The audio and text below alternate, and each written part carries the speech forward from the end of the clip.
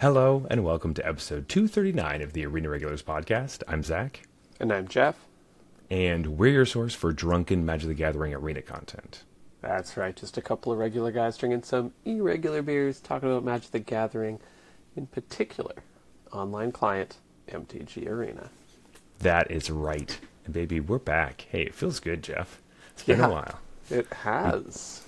Took a little summer hiatus, had some family stuff happening, had some vacations planned, different stuff. So we took a break from Marvel superheroes, but we're back now for The Hobbit. I feel like that's a pretty good way to go through the summer. Just like skip a set, jump back into one. I'm pretty happy with this. I'm glad. It lined up for me because the Marvel set was the one I was sort of least interested in of all the sets coming up. So it's like, it's already sort of naturally overlaps with the time when I can't play as much. So Hey, there you go. Though I will say my 2 cents about the Marvel set was I actually liked it more than I thought I was going to. So I'm sure you didn't really get to play any. I know you were super busy, but hey, turns out, as usual, new Magic sets are fun. So as we're diving into a new one, which is also, spoiler alert, fun. But we will get into that a little bit later. This is our first sips episode, so we're talking about the new set, our first sips or our first thoughts on it, as well as maybe some cards that you should think about for your standard decks, perhaps. We'll see if they're worth a slot. But first, each week we bring a beer. We drink it, we rate it on scale from bronze to mythic, just like the tiers in Arena. So with that, Jeff, what is on tap this week? Okay, this week we have something, I believe, totally new. Koi Wolf Brewing Co. Out of Caledon, Ontario. And they have a premium pale ale called Alpha. I've had this for a little while. I've never tried anything from them before, really heard of them. But this felt like the right time to try it out as a little preview or hint at what one of my favorite archetypes in the new draft format might be. But yeah, it felt very Hobbity to have a wolf on a can, obviously, for the set. But excited to drink this. I've been staring at these beers, Jeff, in my fridge for so long. I'm so happy that we can jump back into them. Yeah, I don't think this is one of the ones you're supposed to age, but I don't know if we're supposed to age any of them. any of the ones we bought. Yeah, I think there's an oatmeal stout in there that we could make the case. But Yeah, but Jeff, have you ever had a beer in your fridge for so long that it went bad? I've had beers that I left out of my fridge, and then they went bad because they were in direct sunlight or something, or got too hot. But I yeah, don't think I've that ever is had not uncommon. Yeah, but I don't think I've had a beer in my fridge where I was like, oh, I left this in the fridge too long. Like, No, but sometimes the brewers like put on the can, drink fresh, or like well, of course drink they right do. away. So Yeah, consume tonight. because then you need to buy more, obviously. I think Magic Packs say the same thing. Open right away. Must be right? open. Really? They never told me that. Yeah, but what happens is over time, the cards get worse and worse. Like your rarities go down. Yeah, That's so true. I mean, for a long time that wasn't, or at the very beginning that wasn't true, but now it's sort of definitively true. Yes. Are you just talking about prices? I was making a joke, but if you're talking about actual prices, then yeah, you are correct. Yeah. Oh, I was just talking about power creep. Like, if you kept an old pack, Sure. Sure. cards were better. Yeah. Okay. That is I also wonder what true. the cutoff is, where they really start getting quite a lot worse. And you can see the real drop off. Interesting. Would be fun to look at. But anyway, Jeff, let's stop talking and start drinking. Love that idea.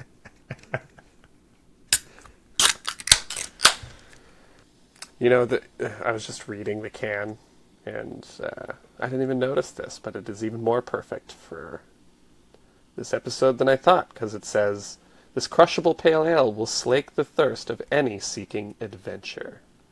Ooh. Okay. All right. Cheers. Cheers.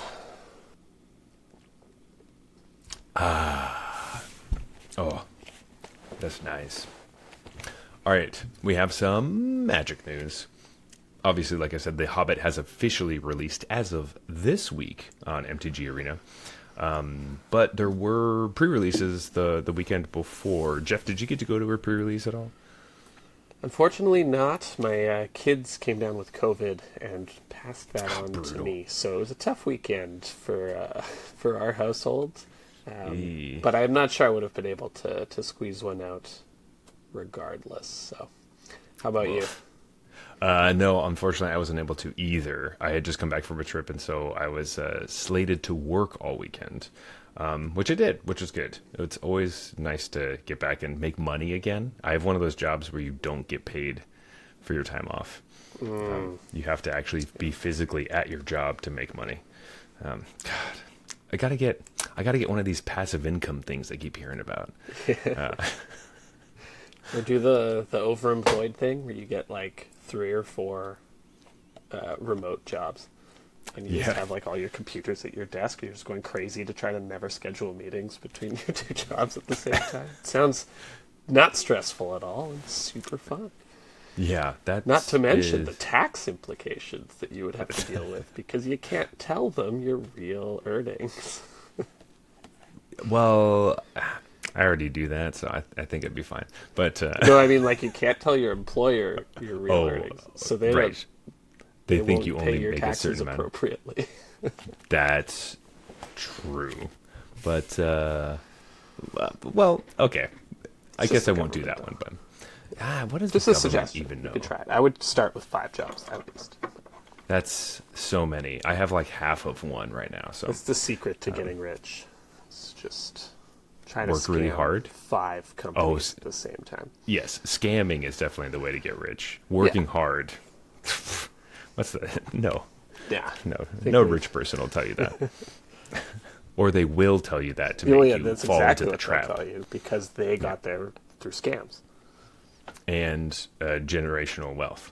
So Yeah. No, yeah, obviously, that's a scam, isn't it? No, it's always a scam. kind of. Well, whatever. We don't need to get To into all that. our super wealthy listeners out there, But we have sorry a Patreon. for calling your life a scam. We have a Patreon. That's better. Anyway, talking about scams and cards and breaking the rules, there was a banned and restricted announcement recently. As of Monday, Storm Chasers Talent, Grand, and Badger Mole Cub are now banned in Standard.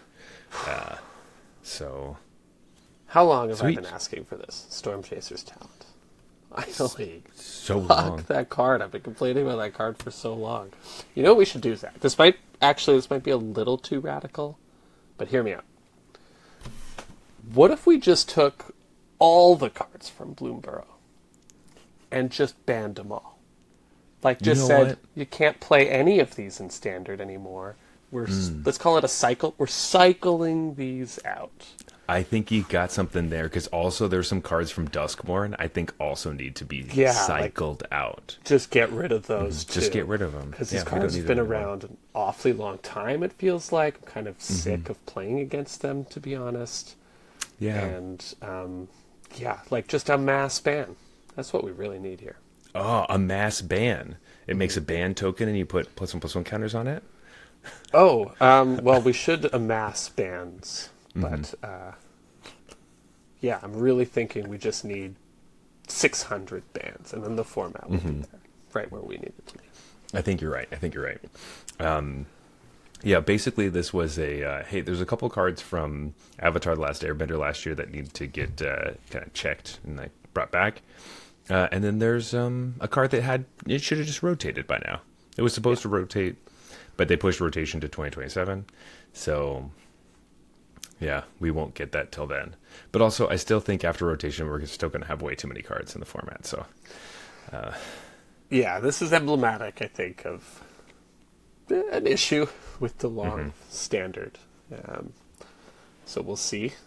But, how many times can they keep banning Is It cards? I, I can't even.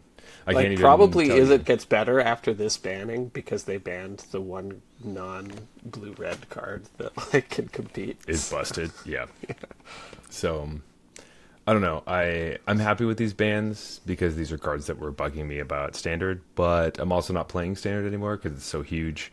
Or I'm not, just not anymore, but like I just don't play it. I'm not as excited to play it anymore. I'm still playing, but like I'm not trying to build new decks. I'm just checking in on the meta and like playing meta decks. So yeah, and like Storm Chaser's talent, it's a cool enough card until you realize when you play against it, it's just them playing it and then bouncing it and play. Like they're not using the other modes almost no. ever. Sometimes if they do, it's like you're already cooked. But they Yeah. just play it and bounce it over and over again and get like three of these stupid otters and then attack you for an unreasonable amount And of just damage on win that way. three or four. And you're just like, Yeah. all right, well, this card isn't as cool as I once thought maybe it was, and now I just kind of hate No. it. It's because it's just like an unfun play pattern combining this with the stupid one that draws a card. The boomerang, yeah. Yeah.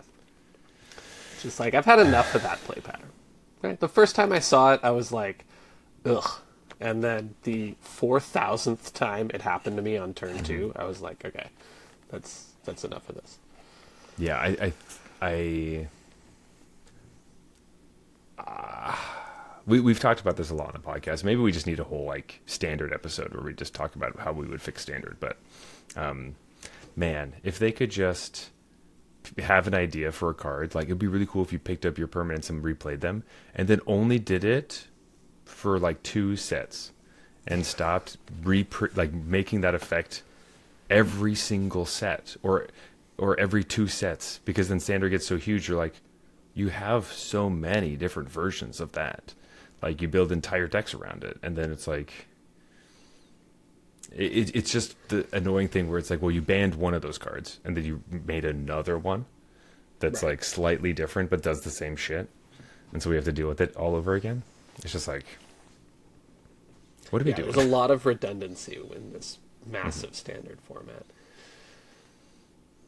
Yeah, it's just, but also like, hey, if you have Nurturing Pixie, maybe that's the one that does that. We don't need all of these different ones.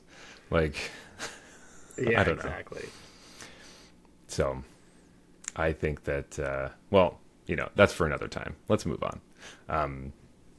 There is some important news that we did miss out on that I want to make sure we bring back into the spotlight, Jeff, because there is a pro tour while we weren't doing the podcast.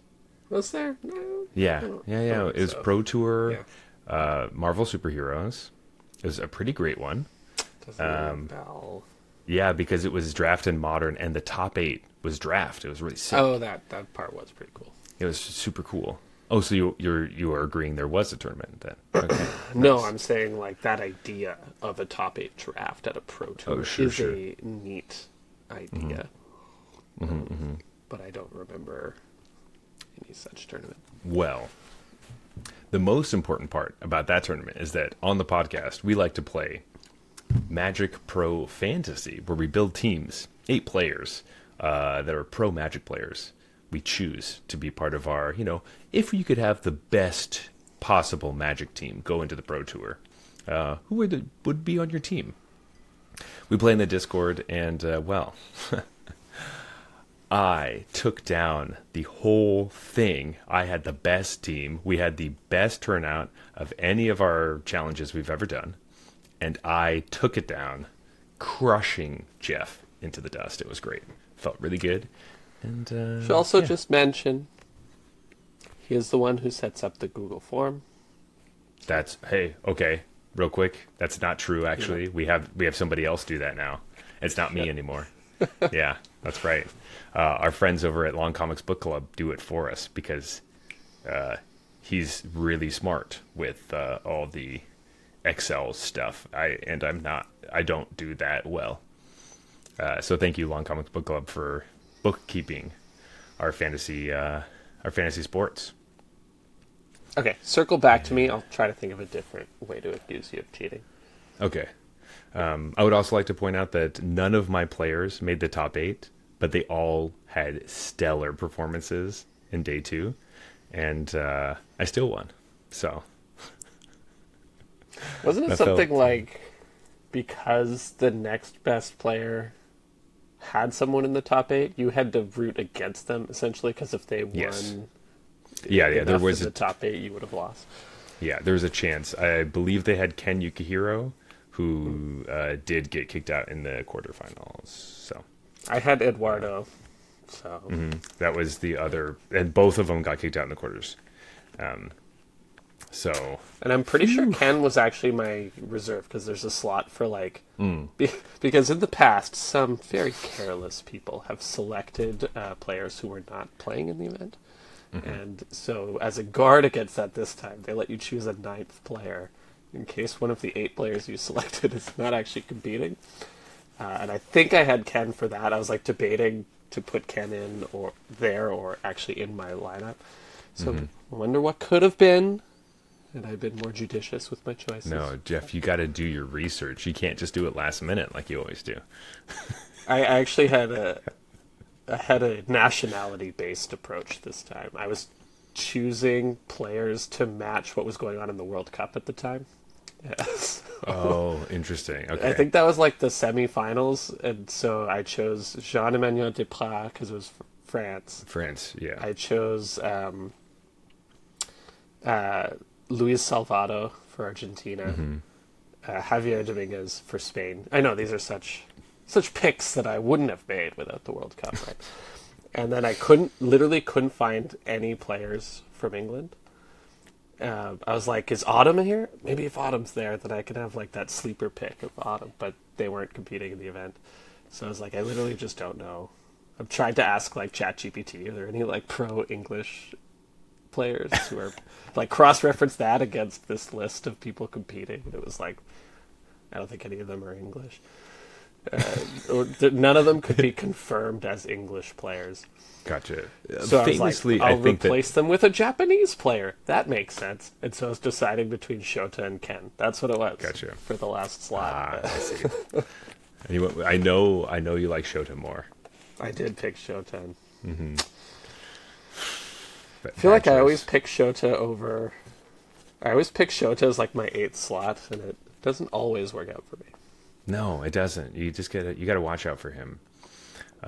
It's too much You of a always- curveball. He builds some own No. his deck like on his own in secret. And Yeah, I'm not all about that. I don't like that. You gotta pick Ely Cassis and Javier Dominguez. Those are they scared me this time pick around. Javier, but I had Yeah. no Americans on my team this time because of it just didn't make sense. Sure. Yeah, of course. Yeah. And But no, Eduardo was my Canadian, yeah. and I it's great actually pick, also great pick. picked Edgar, who's Canadian.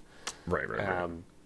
Partly because I know he's like a monster at Amulet Titan, so it's like if he can sort of sneak through the limited rounds, then he has a good chance of running the tables. But Yeah, didn't work out for you. Womp womp. Yes. I had a lot of more fun than I usually do, honestly, because normally I just kind of scroll through and I'm like, oh, I like this player, I like that player, this person's on a heater, that kind of thing. This was a lot more like putting the constraint on it made it more interesting. Because it made sort of it- narrows your search a little bit too, where you're just like, It's true. there's so many players to choose from normally. There so are it's just like hundreds and hundreds of players. I was like, can we but- do it based on the World Cup? That's weird. Let's try that. Well, Jeff, I'm really glad that you had fun making your picks because you definitely didn't have fun when the tournament was happening. No, I was like checking, but my team looks all right on paper, right? Like at the end of the day, I had mostly pro players. I mean, it's the Pro Tour. They're all pro Yeah, players. a couple of my picks I would not qualify necessarily. Well, I picked the Okay. guy who won the Ottawa regional because I'm from Ottawa. Oh, okay.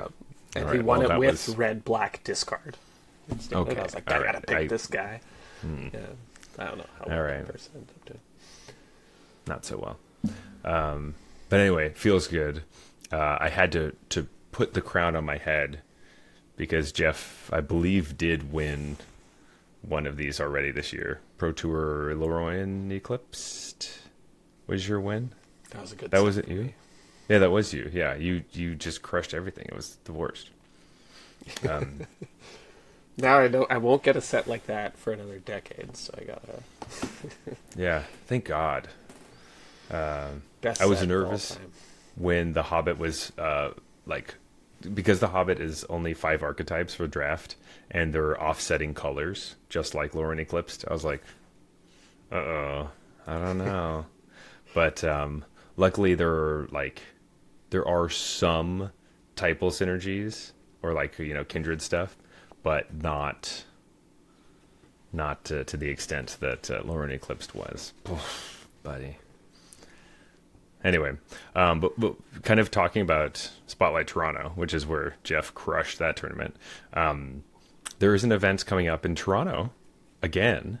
We August 21st to the 23rd. It's Command Fest Toronto. Now I know we're a podcast about Arena and we don't really talk about Commander very much, but I will be at that event, just jamming some games. They have more than just Commander as well. I mean, it's obviously mostly Commander. There's a bunch of Commander things. There's a bunch of sealed Commander stuff, which is something I'm more interested in. Pre-constructed Commander stuff as well. But there is a sealed RCQ on Saturday and some like Legacy and Modern events as well. So if you're interested, you're in the Toronto area, come check it out. If you see me there, say hi. I will give you tokens. Food tokens to be exact, because hey, it is the Hobbit, so you might need some food tokens.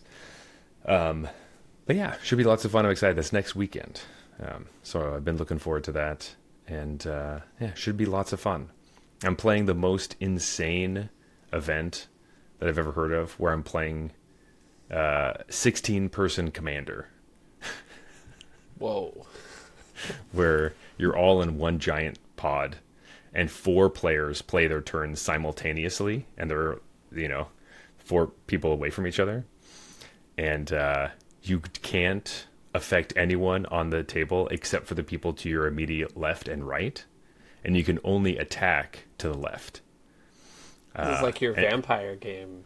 It is. It's like Vampire: The Eternal Struggle, but Commander. So I was gonna. My immediate question when you said 16-player commander was like, okay, but what's the mechanism to speed this up? Because you can't have 16-player commander. That would never finish. yeah, no, it would take forever.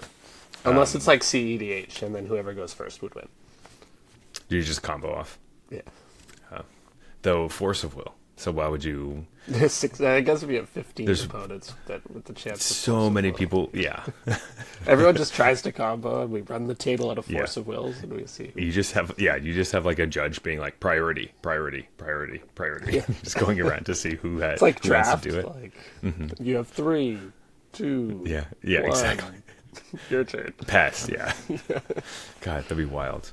But anyway, I'm very excited for that event. Should be crazy and dumb and stupid, and that's exactly what I want to do if I'm going to a commander thing, is something kind of dumb and stupid. So if someone like gets eliminated, you kill the person on your left. You now have a new person you're attacking.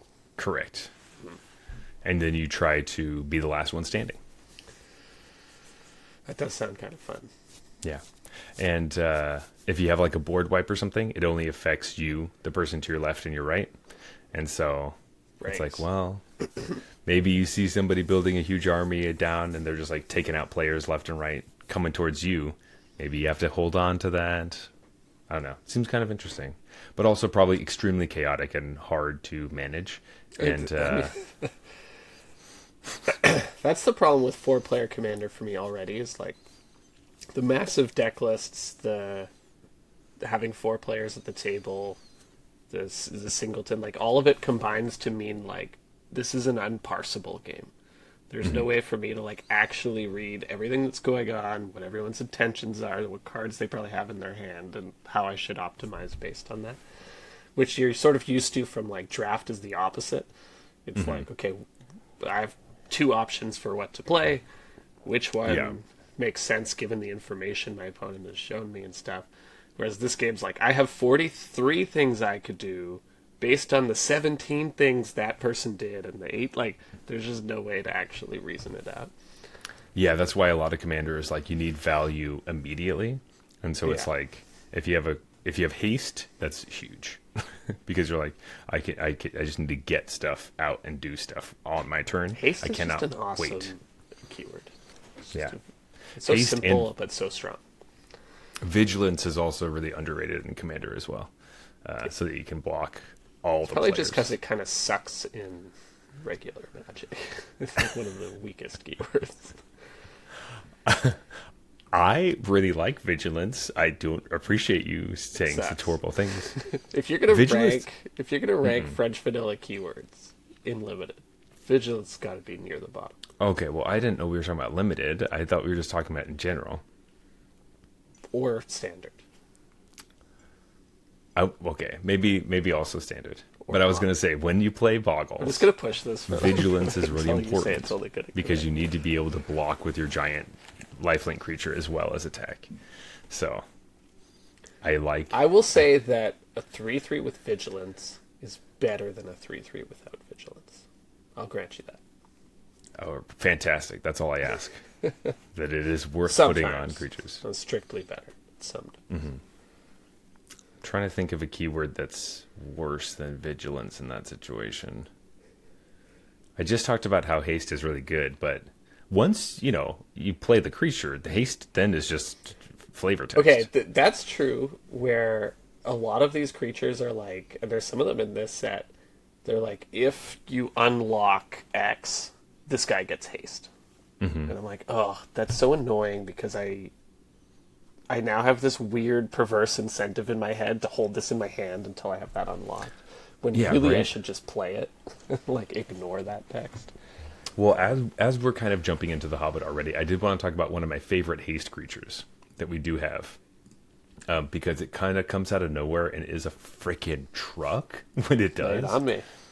And we are talking about none other than the gold or like hybrid card, Large Bear, which is the 3 like black green 5/5. So 5 mana for a 5/5, reach, trample, haste. What's the deal with this thing? Anyway, this is like a keyword monster at uncommon. Yeah. It's just a bear.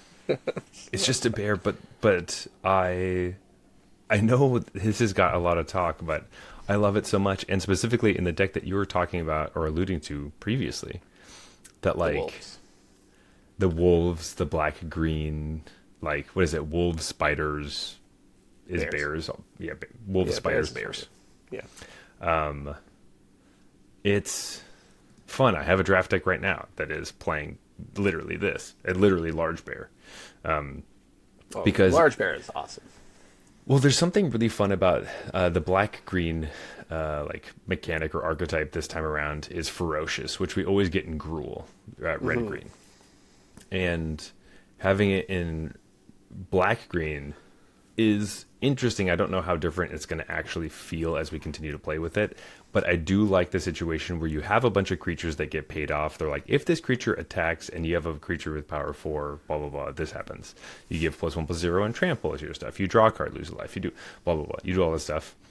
And so your opponent just sees all of that, and they're just like, well, whatever, you don't have a 4-power creature. And then on your turn, you just slam a large bear and attack with everybody, and all your stuff triggers at the same time. It just feels so good. There's something great about that I just love. Yeah. So I've done exactly 2 drafts in this format. And they were polar opposites. I did a red-white dwarves draft. That was my first ever one. And I 0-3'd that one. 0-3 to start us off. I thought the deck was kind of okay, but obviously I don't have a lot of context. But this was my first time playing Magic in quite a long time. And I made a lot of like combat tactical errors where and I was playing a combat focused deck, of course, where it'd be like, that thing where you attack, and then as soon as you do it, you're like, that was wrong, just because if they have specifically this card, I get super fucked. Or like if they specifically have a combat trick, I'm opening myself up to that for no reason. They just kind of clicked a little too fast. As soon as you click, that's wrong. And I know that it was very one of those well. drafts where they just always had exactly that card that punishes you for that.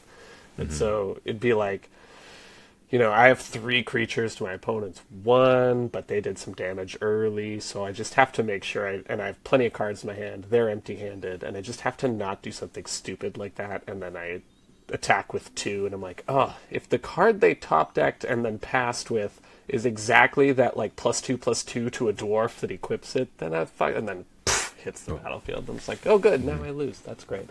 But all 3 games were like that, where I was just like very, very just like not locked in plays, and then getting punished every time for them.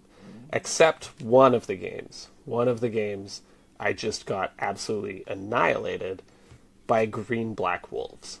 And I was like, that's the deck I want to be playing. And so the next draft, I got opened. First pick was the Chief Warg or whatever. What's the actual? Yeah, Chief Warg. It's just. And I was like, oh, this was the coolest deck that I just lost to. I'm going to take this, and if I see more green and black cards. And so I did, and then that deck just kind of like appeared before me. Like I got 3 of the nasty little rabbits. I just kept getting like the uncommons for this archetype. And then I think I 7-1. I did lose one game, but that just like it was a night and day difference in the 2 decks and their results. And I was just like, that's it. I love the green-black deck in this format. I don't need to play anymore to know my favorite archetype, because I loved losing to it and I loved winning with it. Jeff, this is so funny because I also played. I'm on my 3rd draft right now, but I was able to play a little bit, and my first deck that I played was red-white. That was it was trying to be dwarves, but basically what ended up happening in the draft is that I wanted to be like, top of the curve is 3 cheap creatures, cheap removal, dwarves, equipment, all that stuff. But then I opened, or somebody passed me Smaug the Wicked Worm. That's like the Rakdos one. So I was like, I mean, like, I should probably take this and try to splash it. And then I also had the common Smaug. And then I opened the Mythic Smaug, the mono red one. So then it ended up turning into this weird, like, red, almost control deck where I was like, all I have to do is try to get to the end of the game, and I think I win. And also having like Smaug all and dwarves. What is your theme? Like dragons eating dwarves? Yeah, it was like a weird thing, and at the time I was like, oh, this isn't the deck I'm trying to build, but all these bombs are just falling in my lap, and I feel like I have to take them. So then my deck got kind of funky, but it's a classic early format draft where you're just I have to take these powerful cards, but I'm trying to play this like do something else. I don't know how to build it yet, really. Yeah, it wasn't really.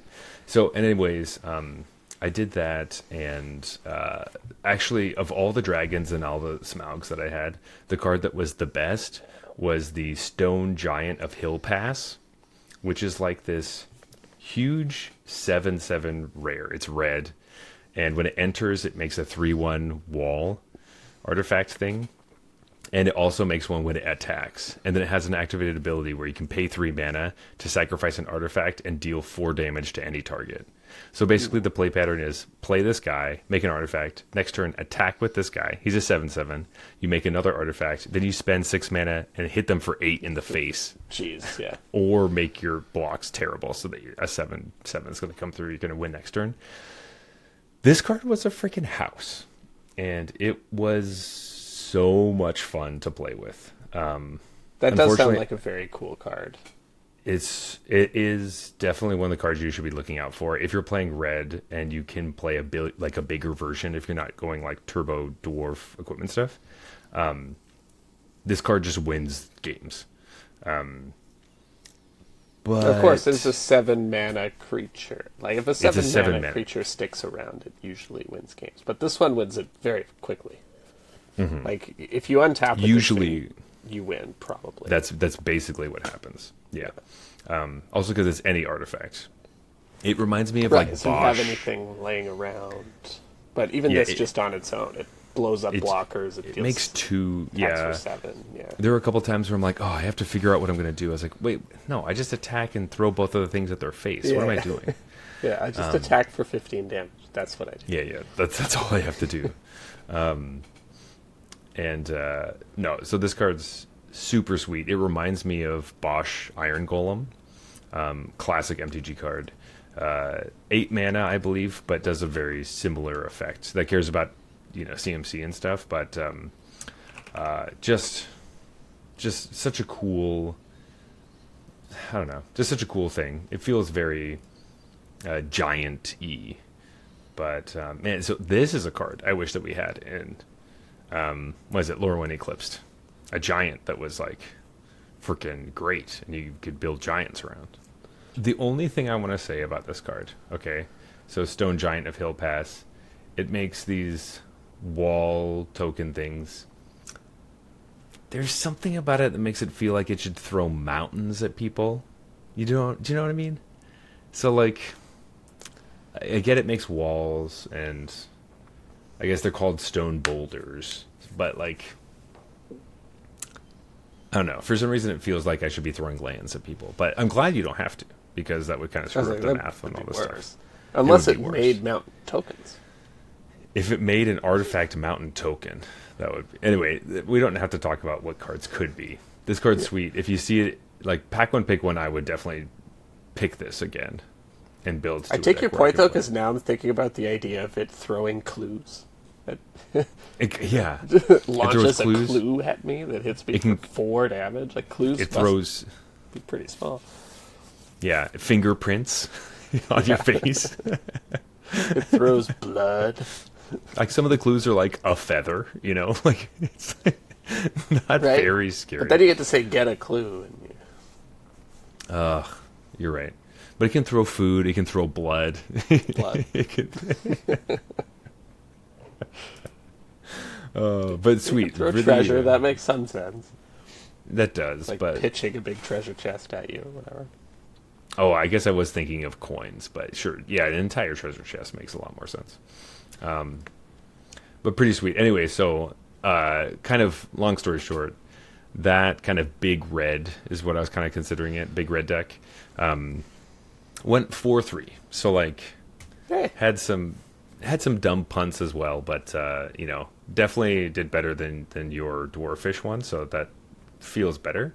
But on the flip side, when I tried to build black green, it did not go very well. It was basically just like I just didn't have any of the pieces, really. I was playing a bunch of old fat spiders and stuff, and it just... Oh, yeah. Didn't... Which I like. I like old fat spider. I just didn't really get there on any of the... Like, I didn't have any synergies, really. I had, like, just a tiny +1/+1 counter thing going on, but for the most part, it was just kind of... Just way slow. Just way slow, and I got ran over a bunch. I think you need the ferocious payoffs, then the ones that you care about are at uncommon. It looks like, just from me playing that deck.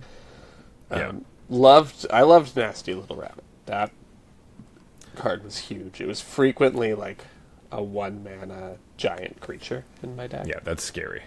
That's a scary rabbit. Chief Warg was obviously great. I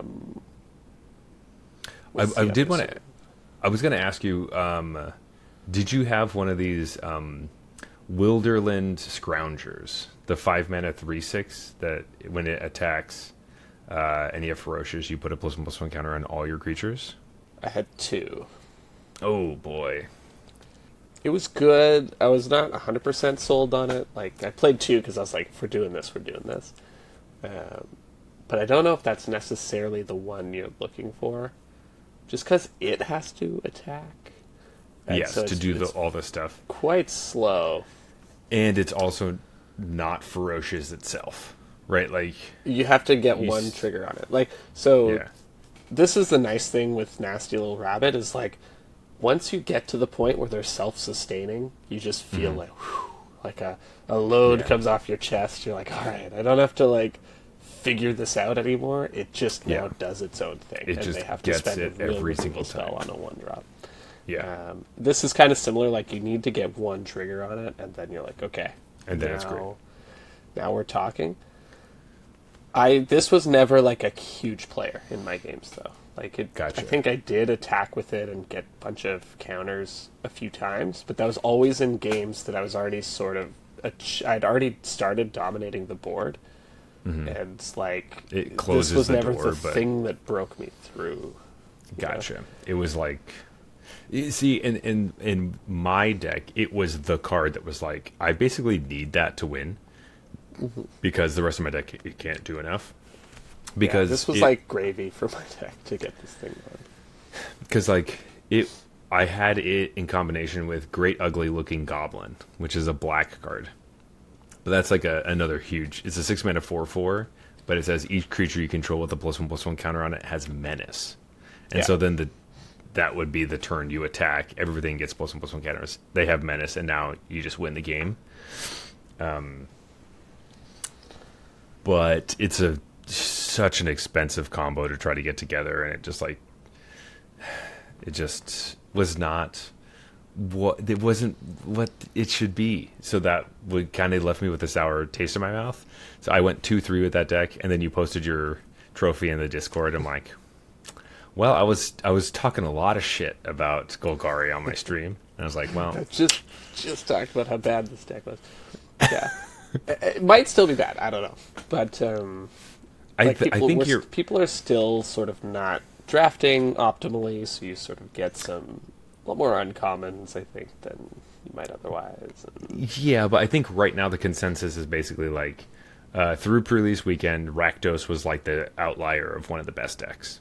So people were as people do, they spread it all over the place. I didn't even go to pre-release weekend. I already knew Rakdos was one of the top decks before it even came out in Arena.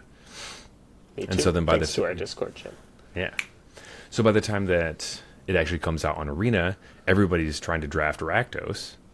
And because of that, Rakdos' numbers go down a little bit. Not a ton. I still think they're performing well. Now, I'm saying this as I didn't look at 17 lands, but I do follow Sirkovitz on Blue Sky, who is one of the data analysts for 17 lands. And he had posted something kind of giving some overviews of like different color combinations and how they did in the first like day, which is interesting.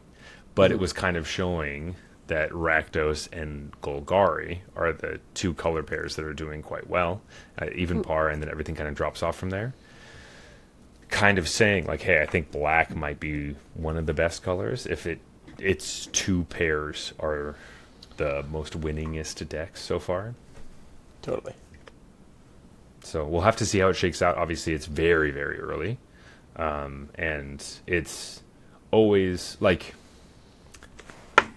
it's not great to just immediately kind of write off the whole set, being like, oh, it's a Rakdos set. You have to play Rakdos or you can't win. You know, that's, like, a really bad place to go because there's a lot more stuff to be had.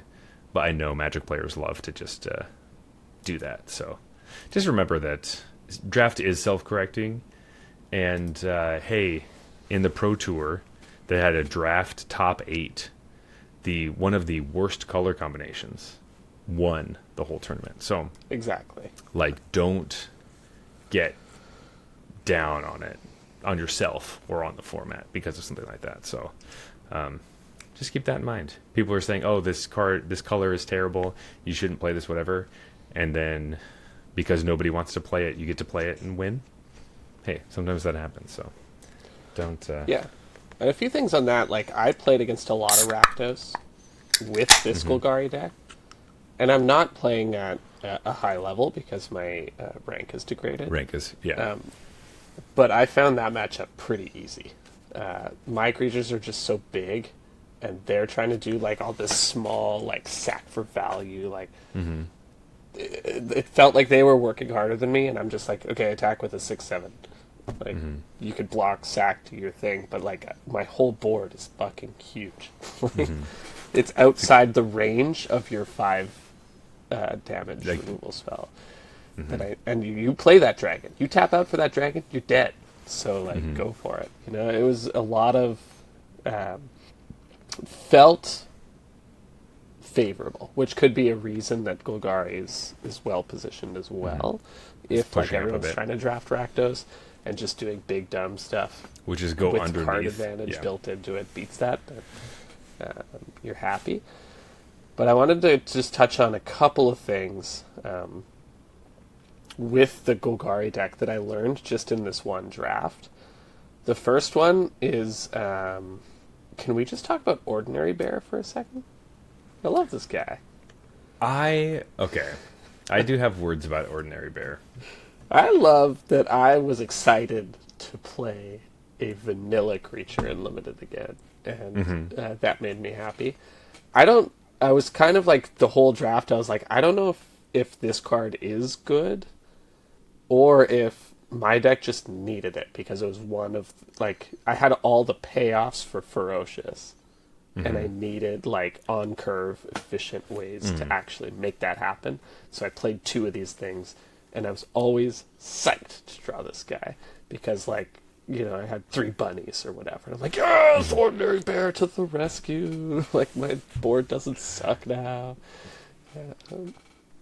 But I was loving Ordinary Bear. And I remember the days, okay, when a 4/4 for 4 was often in contention for the best green common. Like, you saw that, and it would be like 2 green. You'd be like, whoa, 4/4 for 4 at common?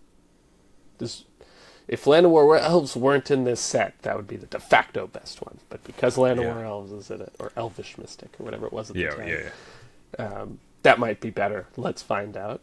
But usually you just want them in the same deck to play that motherfucker on turn 3. Then that was normal back in the day. Like a 3/3 for 3 was a solid limited card that only green had access to. And so this kind of brought me back. I was just like, all they did was bump the toughness by 1. And make a whole mechanic about how 4 power matters. But I love Ordinary Bear, and I hope that it is actually a good card. I'm not saying it's the best green common, but I'm hoping that it ends up being, like, legit just a good card. Playable, yeah. Yeah. Like a solid C, as opposed Yeah, to like what you like would kind of C on the consider maybe on the like a D plus level card. You know, trying to fight in that boundary, but it's not quite getting there, kind of thing. Exactly. You know, I'd be happy with that.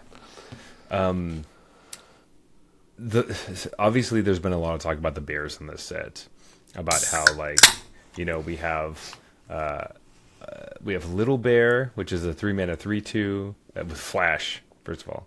Ordinary Bear, which is a 4/5, and we also have our Large Bear, which is our 5/5. And obviously in Magic, Grizzly Bears is a 2/2, and we just have synonymously, we just say it's a bear. If it's a 2/2, it's a bear. And that's just been Magic language for like 31, 32 years or whatever. Like, it's been forever. Literally from Alpha, like our beer, right? Alpha. So it feels so weird to see just some fucking Ordinary Bear is like 2 bears with one of them has a really thick butt or something, like stacked on top of each other as a 4/5. Feels Well, all I'm learning is that a Grizzly Bear is less than half as strong as an Ordinary Bear. just some, or this is literally Pooh Bear because it's like eating honey. Yeah. It's Obviously important it's life not lessons, gold, guys. but- Grizzly bears are weak. They're really weak bears. Everybody yeah. knows that. You need a large black bear. It's much, much stronger than a grizzly bear. Even It's a like little 2.5 bear cub, grizzly it bears. seems to be stronger than a grizzly bear. It's true. And faster. Yeah. Which neither of those are true. I'm kind of okay with the movement away from the bear thing, though. But, sorry, finish your point. But No. I would like to hear what you're trying to. well, just like, I think a lot of that, like, oh, it's a bear or a grizzly bear, it comes from a realm when that mattered. Like 2/2 for 2 was a baseline that mattered. And it's just so far off playable in both limited and constructed now that it no longer really serves as a relevant baseline. Like, Term, yeah.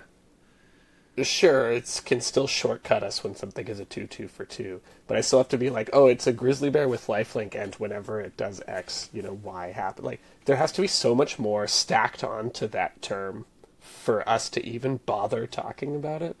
That I'm kind Yeah. of okay with, like, let's just get rid of what a bear is in Magic, like, But except Jeff, for the deck hate bear. that's what I was going to say. I was like, do not take hate bears away from me Yeah. because I love that name and I I don't had a want to feeling have that's what to. you're gonna say, just because I was like, it popped in my head. I was like, oh, and Zach loves hate bears, and it's a great name. It None of the because cards in the deck are bears. They're all like 2/1s or 3/1s or whatever. yeah, but they're all like 2 mana or 3 mana, and they tax or hate your opponent's stuff. I will say though, ordinary bear, for what it is, has struck this chord of this is the power that has to be put into a vanilla creature for it to be vanilla. It has to like fit with the set mechanic, or at least the archetype of like what it's doing. It has to be a little bit bigger than it's supposed to be, and also have a really sweet art. Those are all very important things that go into being a great vanilla creature. I guess the flavor text is as well, but I haven't read this one, in fact, because, well, I already have to read too many cards. I'm not reading flavor text right now. But Actually, the flavor text is worth reading here. So let me just do it. Okay. Because it says, it's a Gandalf quote from one of the books. It says, I should say there were little bears, large bears, ordinary bears, and gigantic big bears, all dancing outside from dark to nearly dawn. We didn't actually get all 4 of those cards, though, right? We have 3 of them: ordinary, Yeah. little, large. There is the bear. What are the other bears called? No, gigantic big bear. That's a rare. Okay. Oh, okay. I haven't seen that one yet. All right. I was like, how could they put this flavor text on and make 3 out of 4? They must have made all 4. But okay. Okay, Jeff. So you're saying you haven't seen gigantic big bear yet? Well, I just pulled it up because you said Okay, it does exist. all right. But Well, it's a 7 mana 10/7. It says this spell can't be countered. It has hexproof and haste. that's a gigantic big bear. Yes, that is pretty scary, especially in limited, where like you can make your opponent sacrifice it, or you can play Settle the Wreckage. But like besides that, I don't really know what else you can do to get rid of it. Handful of squirrels will do the trick. Or a really big army token. You're right. No, But- but like if you have like three squirrels, you just hold this thing back while you attack back. Oh, you mean just There's no trample going on here. Yeah, unless you have like a little wolf wargling, then it's get trample. Then it's get trample. That's what I said. Well said. That card I don't love, by the way. Back to my. You don't like the wargling? It's fine. It's I like I love played it the Wargling. because I would say it was the worst 2-drop in my deck. What's the best 2-drop in your deck? Well, because of the play. that Nasty I might Little have- Rabbits. Right. No, the rabbit's a 1-drop, but Sorry, what I meant was because you had all the Nasty Little Rabbits, your 2-drop made more sense to be the other card you're about to tell me what it is. okay. Well, so this is actually something I wanted to talk about. The actual best 2-drop in my deck, and I think you'll agree this is just the best 2-drop in my deck, was Putrid Leech, which is not the name of the card, but for us old school Magic folks, it's good to know Oh. that Putrid Leech still kicks ass, because this card was from fucking like Shards of Alara and absolutely dominated that format because of how outrageously powerful it is. And now they've essentially reprinted it at uncommon, because unbelievably it was a common before, and it's now called Desolation Prowler.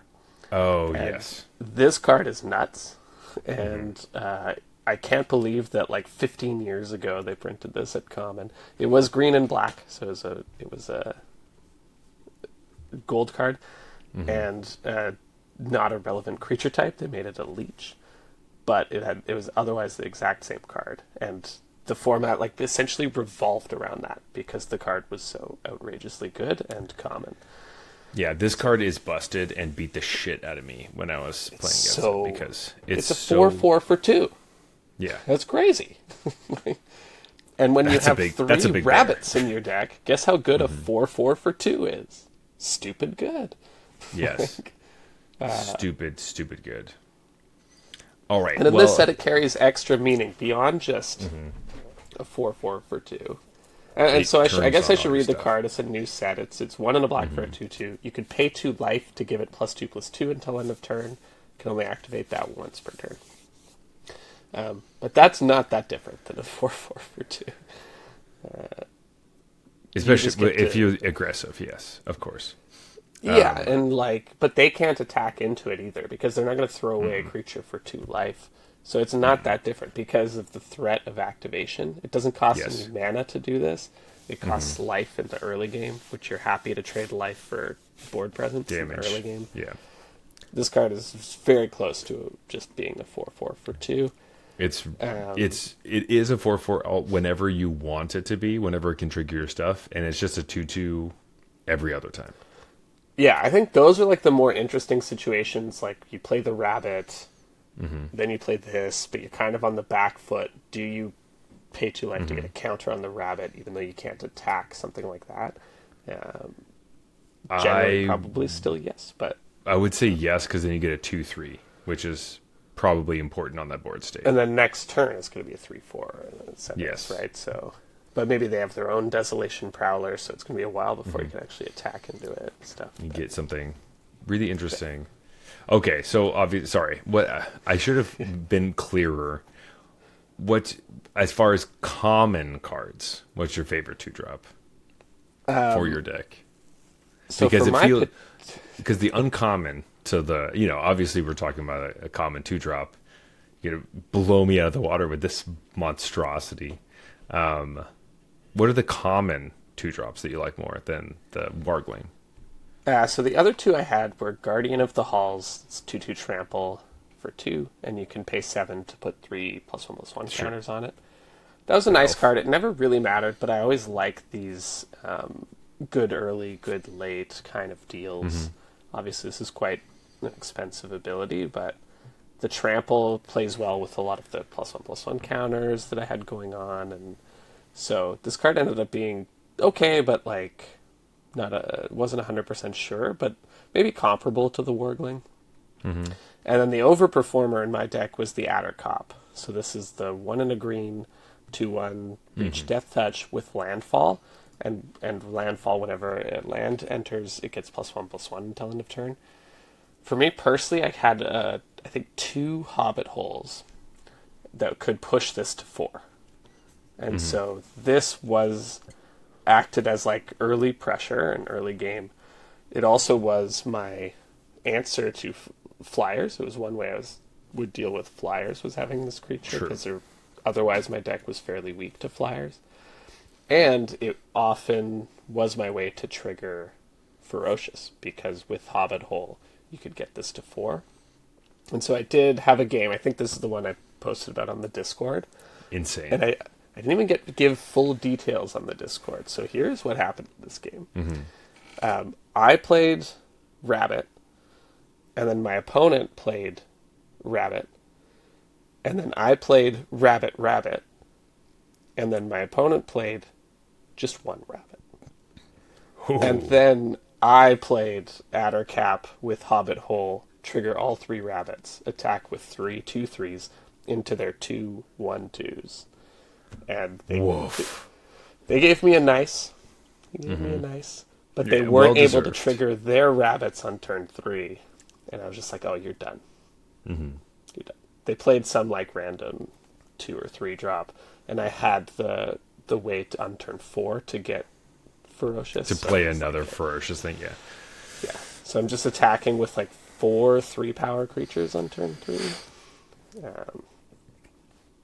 That was the best win of the whole thing. I mean, it was kind of like one of those easy mode wins because it just happened in my hand. but you got to build the deck as such, and will never happen again because nobody's going to give you that many nasty little rabbits. Yeah, I'm never going to get 3 nasty little rabbits again. But I want to talk about Hobbit Hole for a second, because that brings me to the other card I wanted to talk about, which was Gollum Silent Slinker. This is 3 and a black for a 4/3 with Menace, and it has an adventure, meager meal, put a +1/+1 counter on up to 1 target creature, target player gains 2 life. I had 2 of these. This card was an overperformer for me in this draft. Something I'm going to keep my eye on to go forward with. But the meager meal, I would often put this on the Adder Cop so that just 1 land gets you to 4, and you could trigger Ferocious. Oh, that's smart.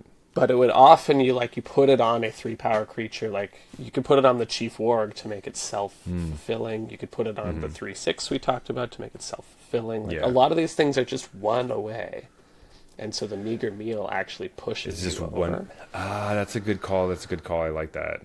And the other thing that was actually the sort of, honestly, the game breaker for this deck and how it played out was that it's a 4-power creature that I can tutor up with Hobbit Hole. So if I have because it's a lands- halfling. Yeah, it is a halfling, so I can go get it with Hobbit Hole. Sometimes you have the payoffs and you're lacking the 4-power creature.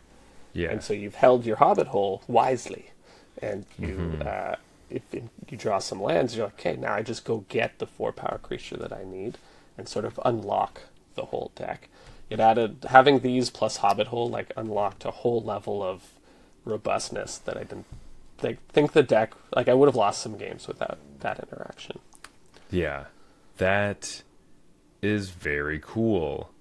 Because I was not super high on this card coming into the set, being like, oh, the adventure feels like one of the worst. There's some really good adventure creatures, like Bilbo at common is really good.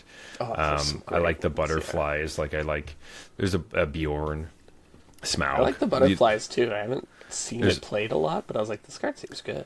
I had a deck where I drafted 4 of them, and I was like, I feel like this is too many. I feel like maybe too many butterflies. Yeah, maybe too many butterflies. But they were just falling in my lap. It was like pushes of butterflies. I'm like, why are I have people... a soft spot for Windrake, though. So when I was looking at it, I was like, do I think this is good just because I want it to be good, or because it is good? I know, actually. So this card was in Throne of Eldraine, the butterflies. It was in Throne of Eldraine. It was 1 white for a human knight, but it did the same thing. It was a Windrake that tapped 2 creatures. But anyway, I really like the butterflies, especially at, not having to spend white is way better. But the one thing I wanted to say about Gollum, Silent Slinker, as well as Gollum the Abandoned, this is more of a fun flavor kind of note, which is more of what I can bring to the podcast. I just really like that the common version is Gollum in a boat finding a fish, and the uncommon version is him with the bones of the fish that he has eaten as he's slamming it kind of on a rock. I think that was a really smart job of the progression of literally not just a character, but even just his meal in this kind of scene. Very, very that's cool. Good I stuff. didn't notice that. It's as they have to have I know people have kind of complained about how there's all these different versions of the same characters, and I know we complained in Ninja Turtles about how there's all the different Ninja Turtles, blah blah blah blah. But the reason why they do that is because they want anybody to open a booster pack. For some Lord of the Rings fan, Right. You should hopefully get 1 character that you recognize, and having the main marquee characters have multiple different cards at different rarities makes it easier to find at least 1, because even if you open the common Smaug, you're like, sick, I got the dragon, even if it's not quote unquote the dragon. You still, as a collector or someone who likes the Hobbit, could open a booster pack and be like, sweet, I got this cool dragon thing.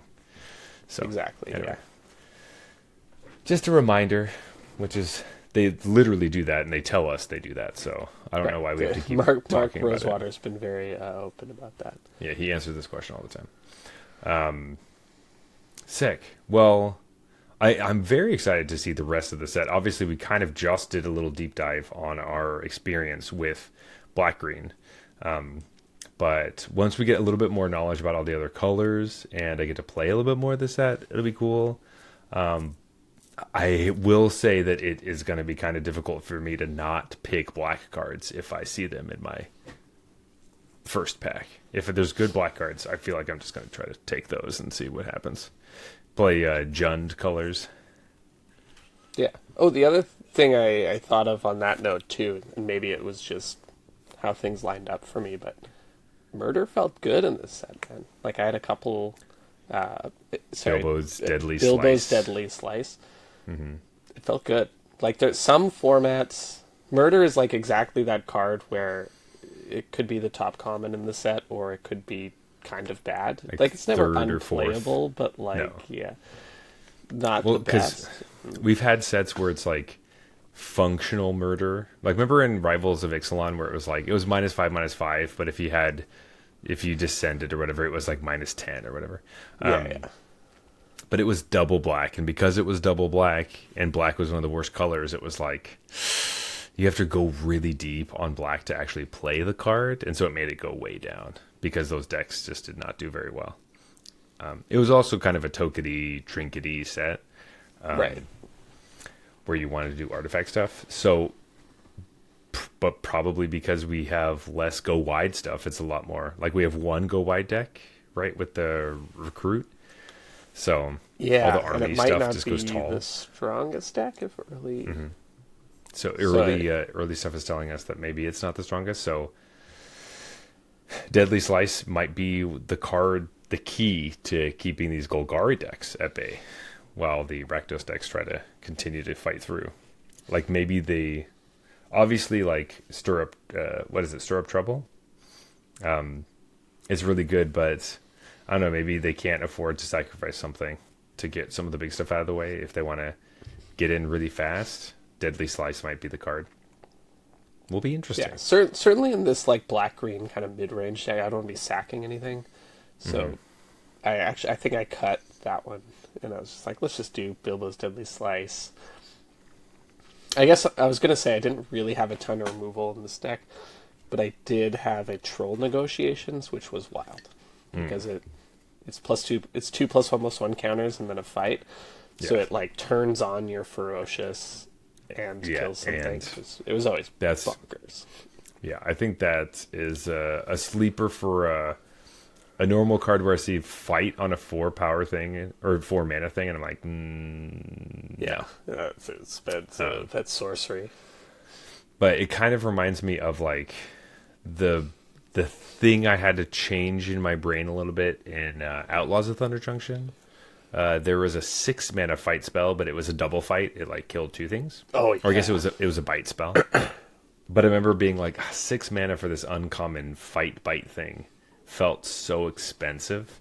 But it ended up being quite good. It was one of the stronger cards in that set, right? Yeah. But that's because you usually had a huge creature that could kill a bunch of stuff. So that was like what you wanted to do.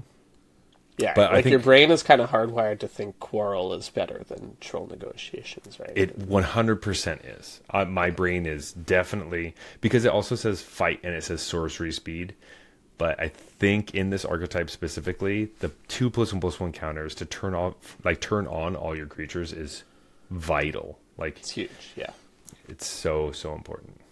So anyway, super cool deck, lots of cool things to do with it. Excited to play more of this as well as obviously everything else. But Jeff, I don't want to get too stuck on limited because it is my favorite thing to talk about. We do have some Wortha slots that we got to get into. Because, well, it's a First Sips episode, and we got to say which cards we think are worth a slot in your standard decks. As always, Jeff, could you please explain to us what our worth a slot system is? All right. So as Zach mentioned, this is us trying to give an early impression of what is worth a slot in your standard deck.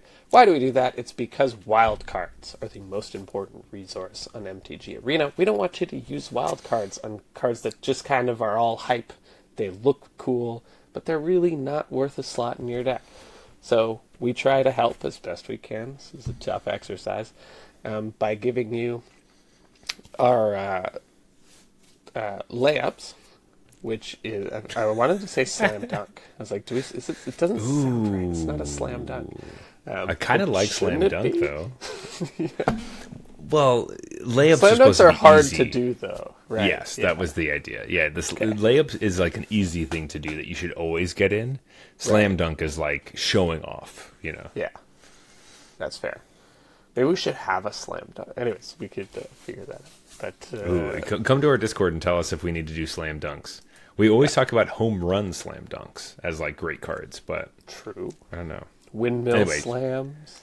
There's a lot of slamming. Windmill slam dunks. Yeah. Anyway, Jeff, go ahead. We have a layup. That's like, this one's for sure. It's going to be at least good.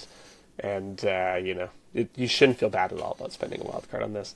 3-pointer is sort of, a little tougher than that. This thing could be good given the right environment. It depends how, different factors play out.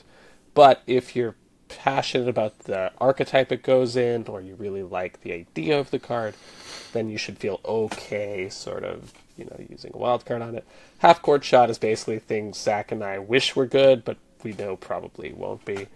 And then we try to choose an overrated and underrated card, again, just under this whole umbrella of trying to help you spend your wild cards as efficiently as possible.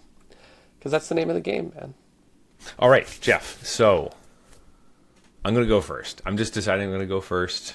I'm not giving you a chance because whenever I give you a chance, you always steal the card I'm going to say. I feel like that might have happened last time, so that's fair. It definitely does happen too often. But I don't think that this is a card you're going to take. I think it's a card I'm going to take because I'm taking it right now. I don't know what to make of that statement. It seems like a Zach card, all right? Okay. We already talked about cards like this, kind of, previously. This is not technically a hate bear, but it is similar. It's in the Ooh, I hate think I bear know what card family. you're talking about. So I picked the mythic rare, the Queen of Dale. It is 1 and a white for a 2/1 legendary creature, human noble. It says whenever an opponent casts their first non-creature spell each turn, you recruit. And recruit, as we all know, we didn't really talk about this on the podcast necessarily yet, but recruit says draw a card, then discard a card. If you discarded a non-land card, create a 1/1 white human soldier creature token. So, the Queen of Dale, lots of hype, lots of talk, lots of commander stuff and things. I like that in all those situations. I think this is the card. If I open a booster pack of Magic the Gathering, the Hobbit, this is the card I'm looking for. I know there's other ones. I know there's the Gold Smaug. I know there's like some cool things. I know there's like some other cool commander cards. This is the one I want to open. Because it's all the stuff I really like doing. I like punishing my opponents for doing things that they want to do already. And in an environment in Standard where it is still reigning supreme, maybe even more than before because Badger World Cup is gone, I want to be playing cards that punish them for playing non-creature spells, which they already want to do a bunch of. And me being able to filter through my deck or build an army or whatever is going to be really good for my game plan. And I would love to play this and play white cards. And, make Izzet Mages cry. That's all I want to do. That's all I really want to do. I love that pick. I was not surprised to hear you make that pick. That was one of my sort of shortlisted cards, and I was like, Zach's definitely going to pick this, isn't he? Yeah. So, we talked about hate bears earlier, death and taxes, that kind of thing. So this is, for better or worse, this is what they look like these days. They don't have kind of the same sort of unbelievable, like you don't get to It's play true. the game kind of riders they have on them. I think the thing that makes me most nervous about this card is just the 1 toughness. But Yes, I knew you were gonna say otherwise, it's a great card. But 1 toughness, I mean, like, what are you going to do? I'm not worried about spells that split damage or anything like that.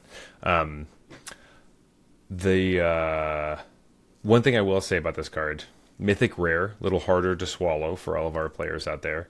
But newer players, if your account, works with it, rares tend to be the card wildcard range that like you get bottlenecked the most when you start an account, and so you have tons of mythics. Perfect time to craft this card. I will say legendary creature, maybe we don't need 4. So don't just go out and craft 4 of these. I would start with maybe 2 or 3, and then we'll see. But the nice thing is, like, recruit sort of naturally lets you loot away the one that doesn't. If you Actually, have extras. That's a great point. That's a great point. I was trying to save you wild cards, but no, Jeff is completely right. You should play 4 of these.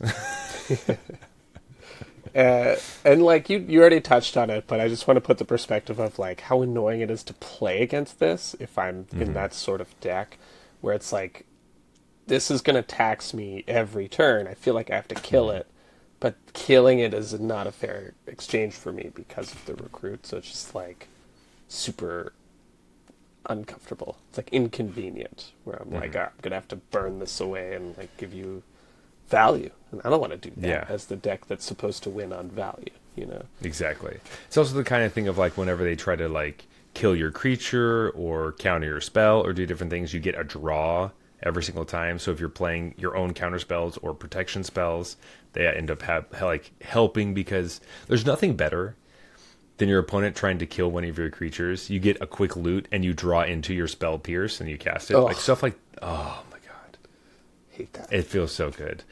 Because I'm on the other side of that. I'm like, you fucking drew that spell pierce. I know it. And when I have spell pierce in my hand, I get the loot just to see, because I want them to think that I drew it. I want them to. I try to go for that anger. Psychic damage is what I'm trying to deal my opponents, and that's pretty important. Not again. Not again. Just like runs away. Exactly. Yeah. So Queen of Dale is one of the cards I'm looking at for sure. Awesome card, and like you can cool. tell that they knew what they were doing with this one. Like it's a mythic rare for a reason. It's a 2/1 for a reason. Like this is a stronger ability than it might first read to a lot of people. Yes. I also just like recruit a lot in general. Like Connive is sweet, but like I love that they brought such a simple. And it works in so many different ways. You can like recruit fits in so many different worlds. We're gonna see this over and over again. Just wait. Yeah, love that pick. Yeah. I had a hard time not just choosing this card. So my layup was a card that I think we kind of talked about it when it was first spoiled a long time ago, and I'm like, isn't this card nuts? Oh. And I still kind of think it's very good. So I just still like Smaug the Magnificent. So this is 2 red for a 4/3 flying haste. Whenever attacks, deals damage equal to the number of treasures you control to any target. At the beginning of your upkeep, you create a treasure token. It's sort of gold spanny. It's like, it reminds me of a fixed gold span dragon that you can't play in dumb combo decks anymore. You just play it for its actual value. And this is just a lot for 4 mana. Obviously, part of the gold span thing was like getting multiple, was always daggers, and this, you can't quite do that.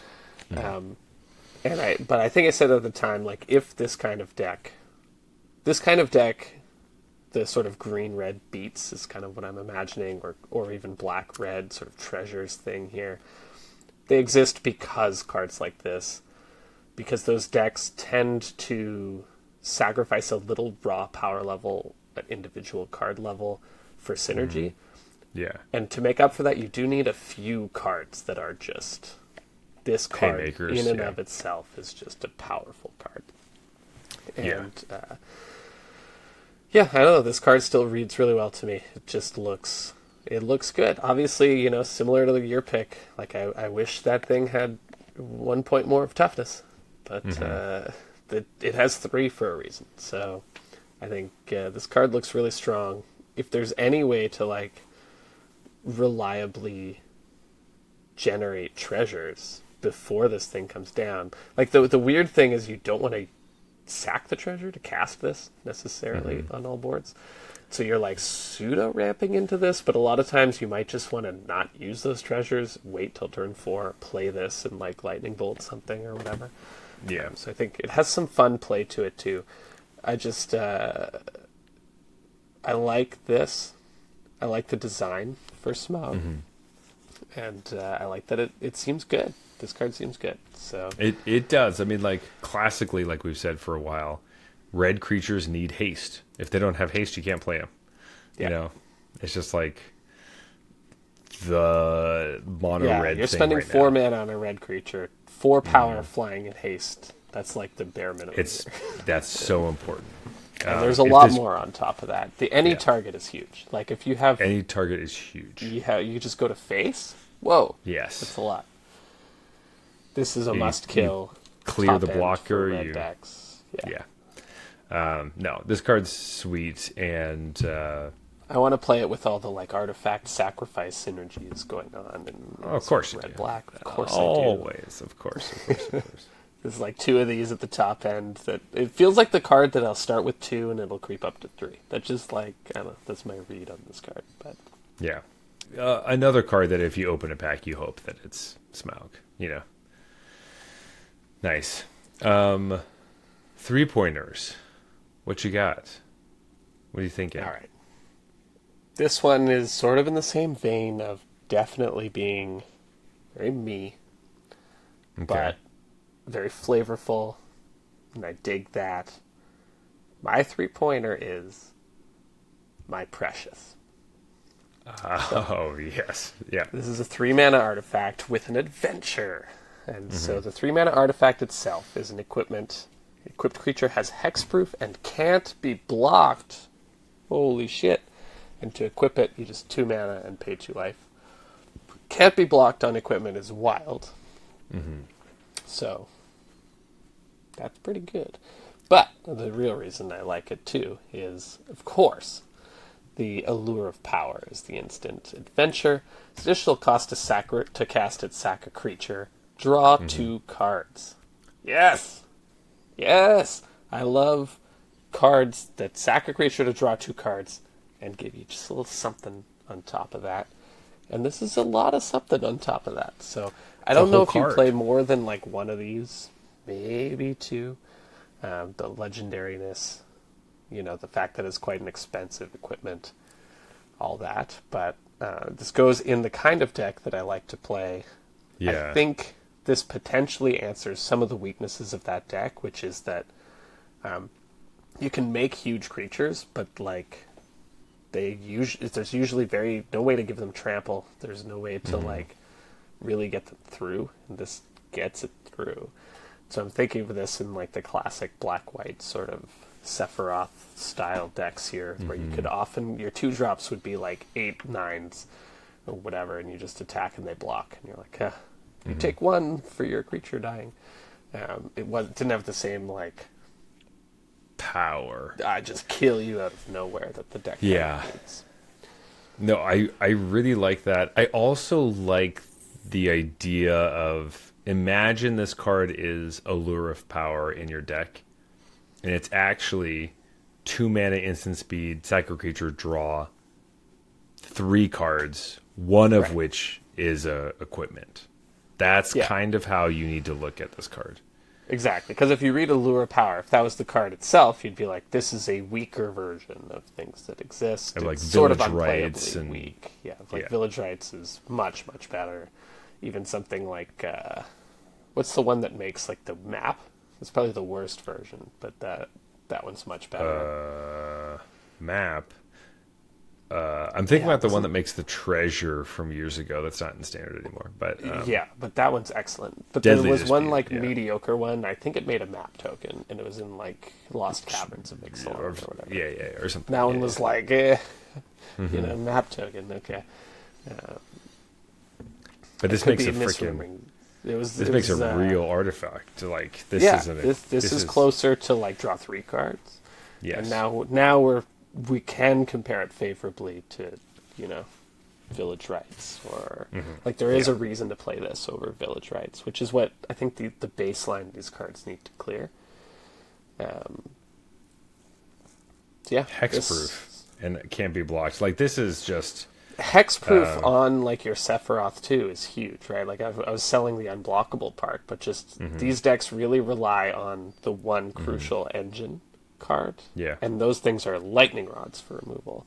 So if you can take the time, I think that's the part you're fine Five taking the mana time is to a attack lot. with an unblockable 10 power creature because that just wins. But like, can you take the time to get this on your Sephiroth? I don't know.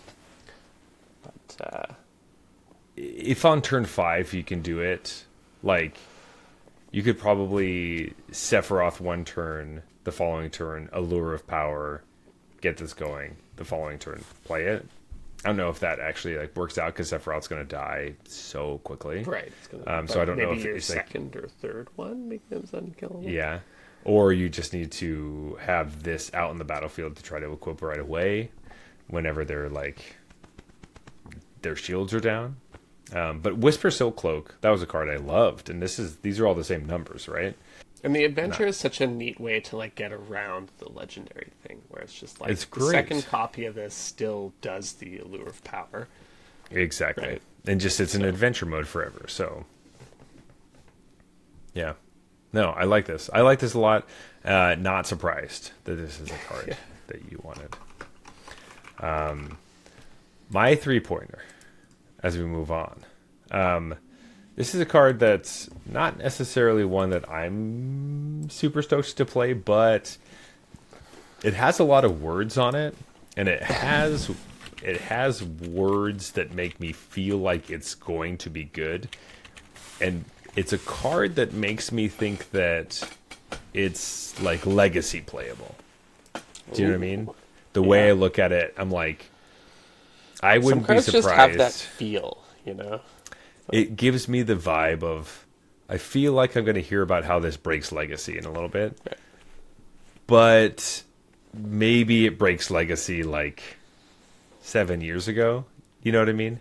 Right. Where it's like, that's why it's kind of at a 3-pointer. Where it's like, I really like this, but I just don't think it's going to get there. But there's a huge reason why I'm picking it right now. So, this card is Most Decrepit Old Bird. It's a single blue for a 1/1 creature bird rare. It has flying, and it has Threshold. It says this creature gets +1/+1 as long as there are 7 or more cards in your graveyard, and it also has an adventure. It's called Speak Secrets. For 1 and a blue, you can, at sorcery speed, mill 4 cards, then put an instant or sorcery card from among them into your hand. It's all kind of just value play things. Yeah. But it all kind of comes up into a world where I'm like, this looks like a card that would be surprisingly good in older formats. The reason I'm picking this as a 3-pointer right now is because blue decks just got 2 of their 1-drops banned. So blue needs a 1-drop. This looks like a pretty cool 1-drop. Now, the decks might need to be moved into a different world a little bit. But, you know, even those mono blue decks with like Eddie Merc Crab and stuff like that, where you want a ton of instants in your graveyard, this definitely fits into that world of like either you're playing on turn 1 or you're trying to draw a card and then do some stuff. It could be a little early threat as you counter spells and do things. I could see Izzet decks kind of changing. Maybe it fits more in the lessons build where you're trying to get lessons in your graveyard. I don't know. There's something here. I don't exactly know what it is, but I feel like this would be a safe bet. If someone sent me a deck list that had 4 of these in it, I wouldn't be like, oh, weird. Why are you playing that card? Yeah. I'd be like, I wouldn't immediately dismiss it. Yeah. yeah. So that's why. This reads to me as like a Sultai card, just probably because it's in my blood.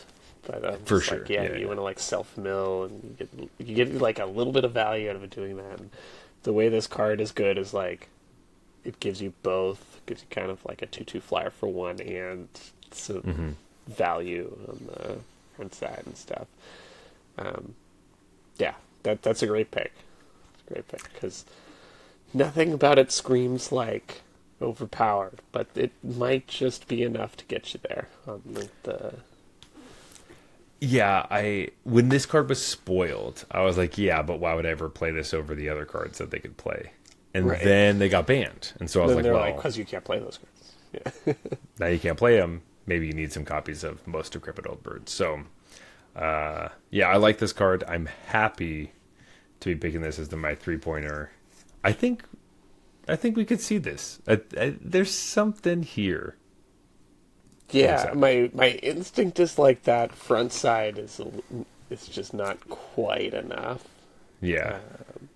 Like if it had prowess or something, I'd be like, well, fuck this card. Well, of course. I mean, like, there were prowess cards I could have picked for this. But I thought, you know what? Let's go with this one. But there's a similar thing to this, right? That was from Eldraine. Yeah, it's like the fairy.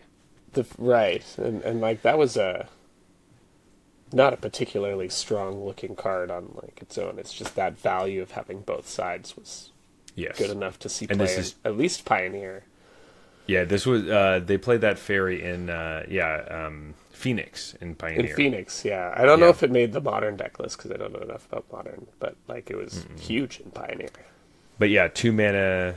It was kind of a dorky like 1/4 for 3 or something. Yeah, I think that might have been. Yeah, it was a 1/3 flyer with vigilance. Right, a 1/3. Yeah.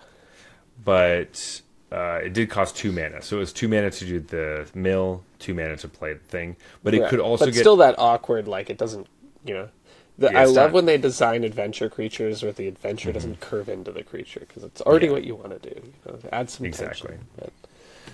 Yeah, which they have learned after Bone Crusher and.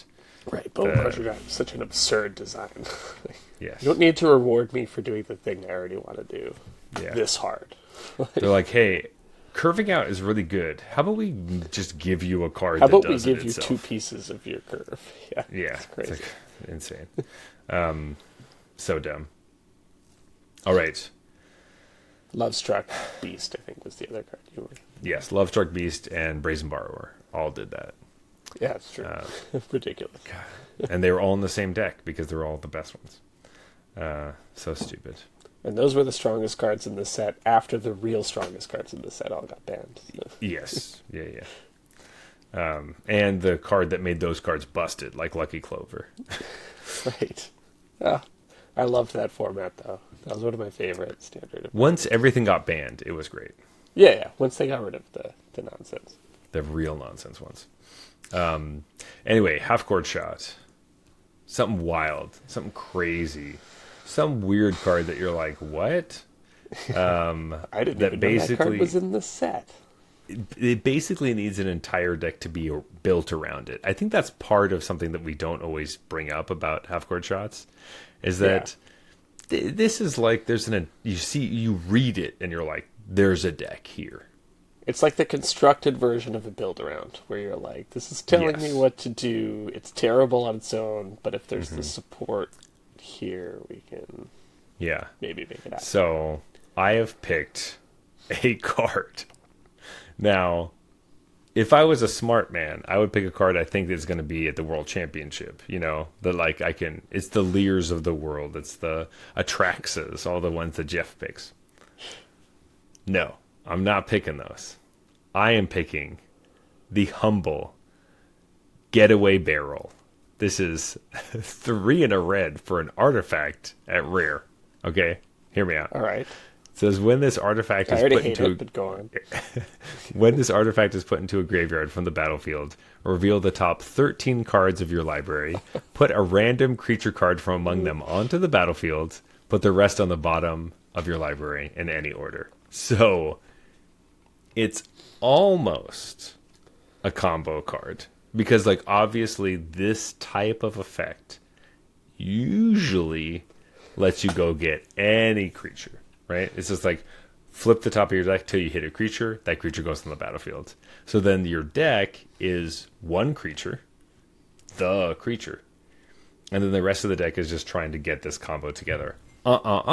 Not Getaway Barrel. No. You can only look at the top 13, so you have to put more creatures in your deck, or you won't hit anything. I love the whimsy of this card, of like not only just like this part of the story in the Hobbit, as well as like the artwork, but also the fact that like you almost are doing something cool. Like you're Yeah. so close, right? And This is so close to cards that have been busted in the past. yeah, I'm really interested in what the build of this deck looks like. Like how do you make Getaway Barrel good in standard? That's what I want to see, and that's what my half court shot is for this set. Is like I'm almost taking this as like a building challenge of like I want to know what is supposed to happen with this. Like because we already have decks that try to do stuff with like vomiting like Progenitus onto the battlefield and things like that. So of course like the most busted thing to pop out of a barrel would be Progenitus. Protection from everything, gigantic creature. But you can't guarantee that you're going to hit it, right? You just have to like hope. Yeah. So, what do you have to do to make this card a good card? And that's what I want to find out. So, I do not recommend any of you actually crafting this card. Not However, to mention, like, it doesn't just do this. You need to find a you way have to sack it. it doesn't even like enter into it. It has to be put into a graveyard. Yeah. So it's already a 4-mana do nothing artifact. Yeah, literally does dick all when you play it. Nothing. So It's just an artifact. it's just an 4 mana. artifact. It costs red mana too. So what I'm saying is I want all of you out there to build me your best Getaway Barrel decks because I want to see them. And if I like them, I'm going to play them on You stream will play them on stream. because Yes. I want to see a Getaway Barrel deck. Please give them to me. It's so stupid. I want it to be good. I will accept that challenge. This is my new half court I'm shot. really upset right now that I didn't know of this card beforehand. That's a perfect pick. That's a perfect half court shot pick. I love this card. It's a red artifact that you want to sack. I'm in. There's a lot of dubious challenge in the DNA of this card, which is exactly that. Like, how do I build around this weirdo deck building constraint? I only get to look at the top. Dubious challenge was 10, so this is 13. There's some other issues with trying to build around dubious challenge, but it's sort of a similar idea. There's math. When you're building your deck, you have to calculate like what's the probability that I'm gonna hit the one card I want. Do I need extra creatures? Do I not? I love that they didn't, because in the past they've done weird things where it'd be like put a creature or artifact, so it would let you like chain the second Getaway Barrel or whatever. They've learned from that. No, you get one shot, 13 cards, and if there's more than one, you don't get to pick. It's fucking random. So like, Yeah, exactly. so you have to, it's all in the deck building. Man. It's all in the design in the deck. of the deck. Exactly. And sometimes you're just gonna get fucked. That's just gonna happen.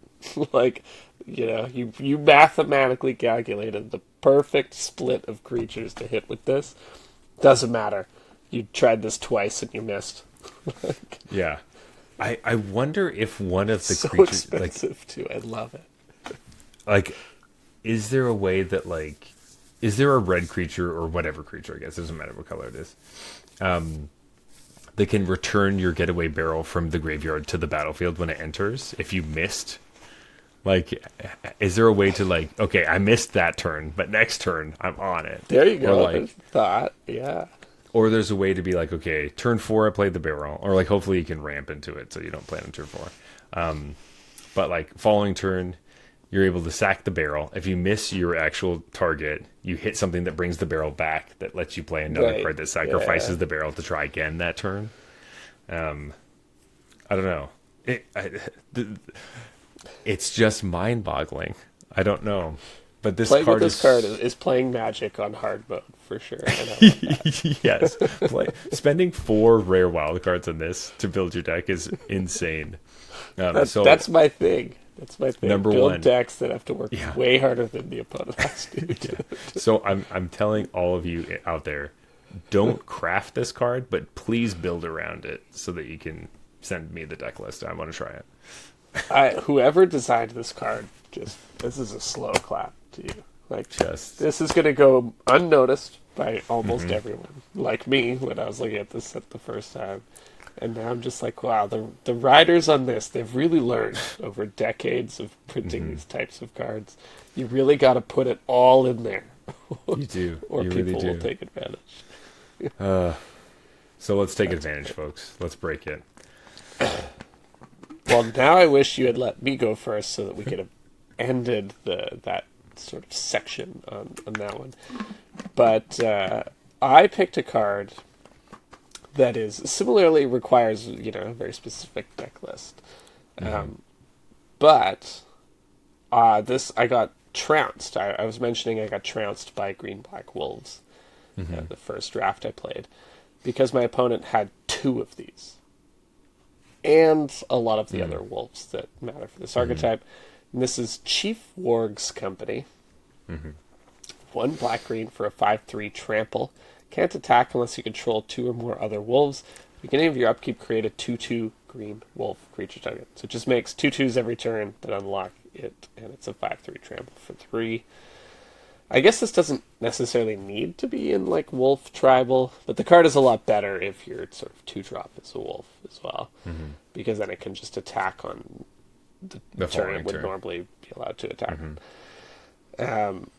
When I was drafting, I played against I told you, the green white black wolf deck that just annihilated me, and like they played this one. I was like, okay, so the game comes. I had like my weirdo dwarves. I had the Lonely Mountain, and I was like, okay, I could kind of keep up with this, but it takes my whole turn. Like this is gonna be fun.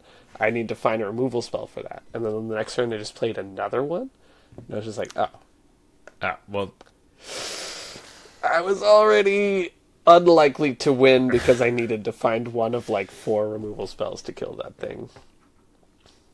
Now that they have 2, I think I'm just fucked. And indeed I was, yeah. But I was like, okay, that's a cool card, and feels like the numbers are pushed here. This could be a constructed playable card. But it requires like a black-green sort of mid-rangey deck to be good, which is just not what the standard environment is right now. Totally. So. Like a wolf-focused Golgari deck. Probably not going to be good enough in standard, but has definitely has a better shot than my half-court shot. So I don't know about that. I'm more excited to build with yours than mine now. I mean, like but this one kind of writes itself. The other one's like dry. I don't know what. But I think you could just put this in like green black mid range, right? Like it does sort of do it can still block, and it does enable its own attacks, and it does make pump out stuff 2/2 every turn, like for 3 mana. This is a lot for 3 mana. I just don't know that this is what today's standard game is about. This card would have been awesome, 4 years ago in standard. I mean, it'll be really cool to look at all the wolves that we have in standard to see if there's something else that we could like. Right. You need at least one other wolf to really like. It would be nice if you had 4 of these and 4 of another wolf, preferably a 1 or a 2 drop. Right. Exactly. Or maybe it's even like you have 4 of a 1 drop that you like, 4 of a 2 drop in this one, and then you have 12, and then the rest of the deck is just technically if it's a 4 drop, that also works fine, where you go 3 into 4 and attack with this. That's true, yeah, but I guess it'll take me possibly too long to figure out exactly what those cards would be, but it's nice with the Chief Warg, because like this attacks and the Chief Warg triggers immediately. Yeah, that's true. But I think the Chief Warg on its own is probably not standard playable. Ooh, Torgal a Finehound. That's a good card. Okay. All right, there's definitely something you could do. Is the answer just Desolation Prowler? Is that just the 4/4 for 2? It's just It feels like a silver deck to me. Where like exactly. Yeah. you spend all of your wild cards on this silver deck, and by the time you hit platinum, it's just completely unplayable. But do you have lots of fun in silver? Yes, you do. Can you just keep playing in silver forever? Yes, you can. So, yeah, if the wolves are what you're down for, I'm interested to see what we could do with the wolf tokens that would make it push it over the edge. Right. I think that's what I'm interested in doing. But speaking of having some fun, let's talk overrated cards. I think there are a few options for me. Most of this is coming from our Discord, so listeners, listen up, because I saw some hype for some of these cards there, and I assumed that that hype is a reflection of the community's opinion. And after a quick read, I'm not sold, so I don't want to ruffle any feathers here. But the card I chose for overrated cards is Bilbo's Gambit. I'm not sold on this card. So Bilbo's Gambit is 1 and a white for an instant speed. You gift a treasure, which means you may choose to give your opponent a treasure. Return target spell to its owner's hand. If the gift was promised, players can't cast spells this turn. I understand why people are excited about this card. So if you are the aggressor, if you're in a winning position, then this card is sort of good early, good late, a little bit. Because you can sort of get their interaction. It protects you in the early game in a sort of remand kind of way, where it just like bounces whatever they try to do. And in the late game, you can just like shut them down. Or the first thing they do is you just send that back, give them a treasure. That's not that big a deal in the late game. And then you sort of ice them out. Yeah. But I don't think...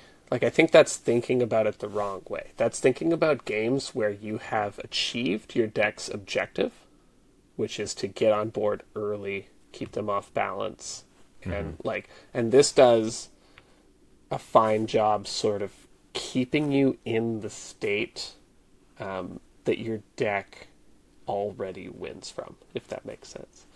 And so I know, people are saying blue-white sort of tempo is already a good deck. But then I guess the question is, what does this add to the deck that it's currently missing? Versus this deck is quite bad when you're behind in those kinds of archetypes. It basically does nothing. It buys you time, but because you're the tempo deck, that's nothing. Your whole resource is time. You're supposed to be ahead. If I just waste my turn doing this, and then we go to the next turn cycle, I haven't made progress in that kind of archetype, right? So, I don't know. I get that there's power here. I think there's more times that you're going to have to, gift your opponent a treasure when you don't want to than people are thinking. I think people are doing the binary thing where it's in the late game, you don't care about giving them a treasure, and in the early game, you don't have to. Do. Yeah. But I think there's that mid-game where you will give them the treasure when it's not... You don't want to be doing that. Other decks have instant speed spells too, right? So you can't just ice their turn and then expect them not to make use of any of their mana. So it feels pretty easy to play around too, to be honest, if it does become a significant part of the metagame. So I'm just the fact that this, comparing it to Remand and the white one from Reprieve, that's a totally different card. The ones that replace themselves are completely different. That is what I was going to say, is that the big thing that's missing from this card is draw a card. Right. All this does is protect you in those... It's more a card that gives your big creature hexproof or whatever. Like you spend a card to protect your board state for one turn. Well, no, because a card that gives hexproof. Sorry, because I love those. You still got rid of their card, so you're still 1 for 1 on the exchange. This is you're down a card on the exchange and mana, True, yeah, it's like a right? tempo version of that play, and is often Yeah, going to be worse than just because you that card still would be. yeah you let them cast it again later. Yeah, Where at least when you give your creature hexproof, both of your spells go to the graveyard, so you don't have to like and you deal get with into it this again. awkward But thing where it's like, what if they have 4 mana, right? And they cast a 2 mana removal spell. Like, are you casting this and giving them a treasure to treasure, make so sure they they don't. can't just cast it right away? And then they just like a lot of the times cast it on your turn. You know what I mean? Like, it's it's very. I think it's Yeah. weird, and so you're gonna get some people with this early in the format. But this is easy to play around. Like you just start doing instant speed stuff on your turn, and then the Bilbo's Gambit gets so weird. Because I could just like do it again on your turn. Like I did it on my turn. Yeah. You Gambit. I'll just do it again on your turn. And your turn, yeah. So it just there has to, so it does feel much more of like a sideboard kind of situational card that like probably should be main decked. But then you probably don't want 4 of them. This I don't know.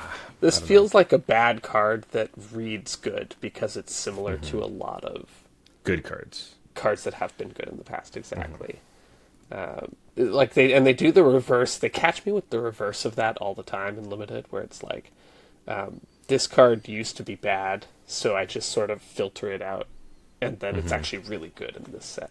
This feels like the reverse of that, where it's like Yeah, this reminds me of cards that are really good, so my brain is telling me it's good, that is really good. Yeah, but actually I think that all the things add up here to like this card seems it's just too much. Like I feel like you need to be so far ahead to want this, at which point it's like, is this better than just something else in my deck that already wins from a winning position? You know what I mean? Like it's one of those.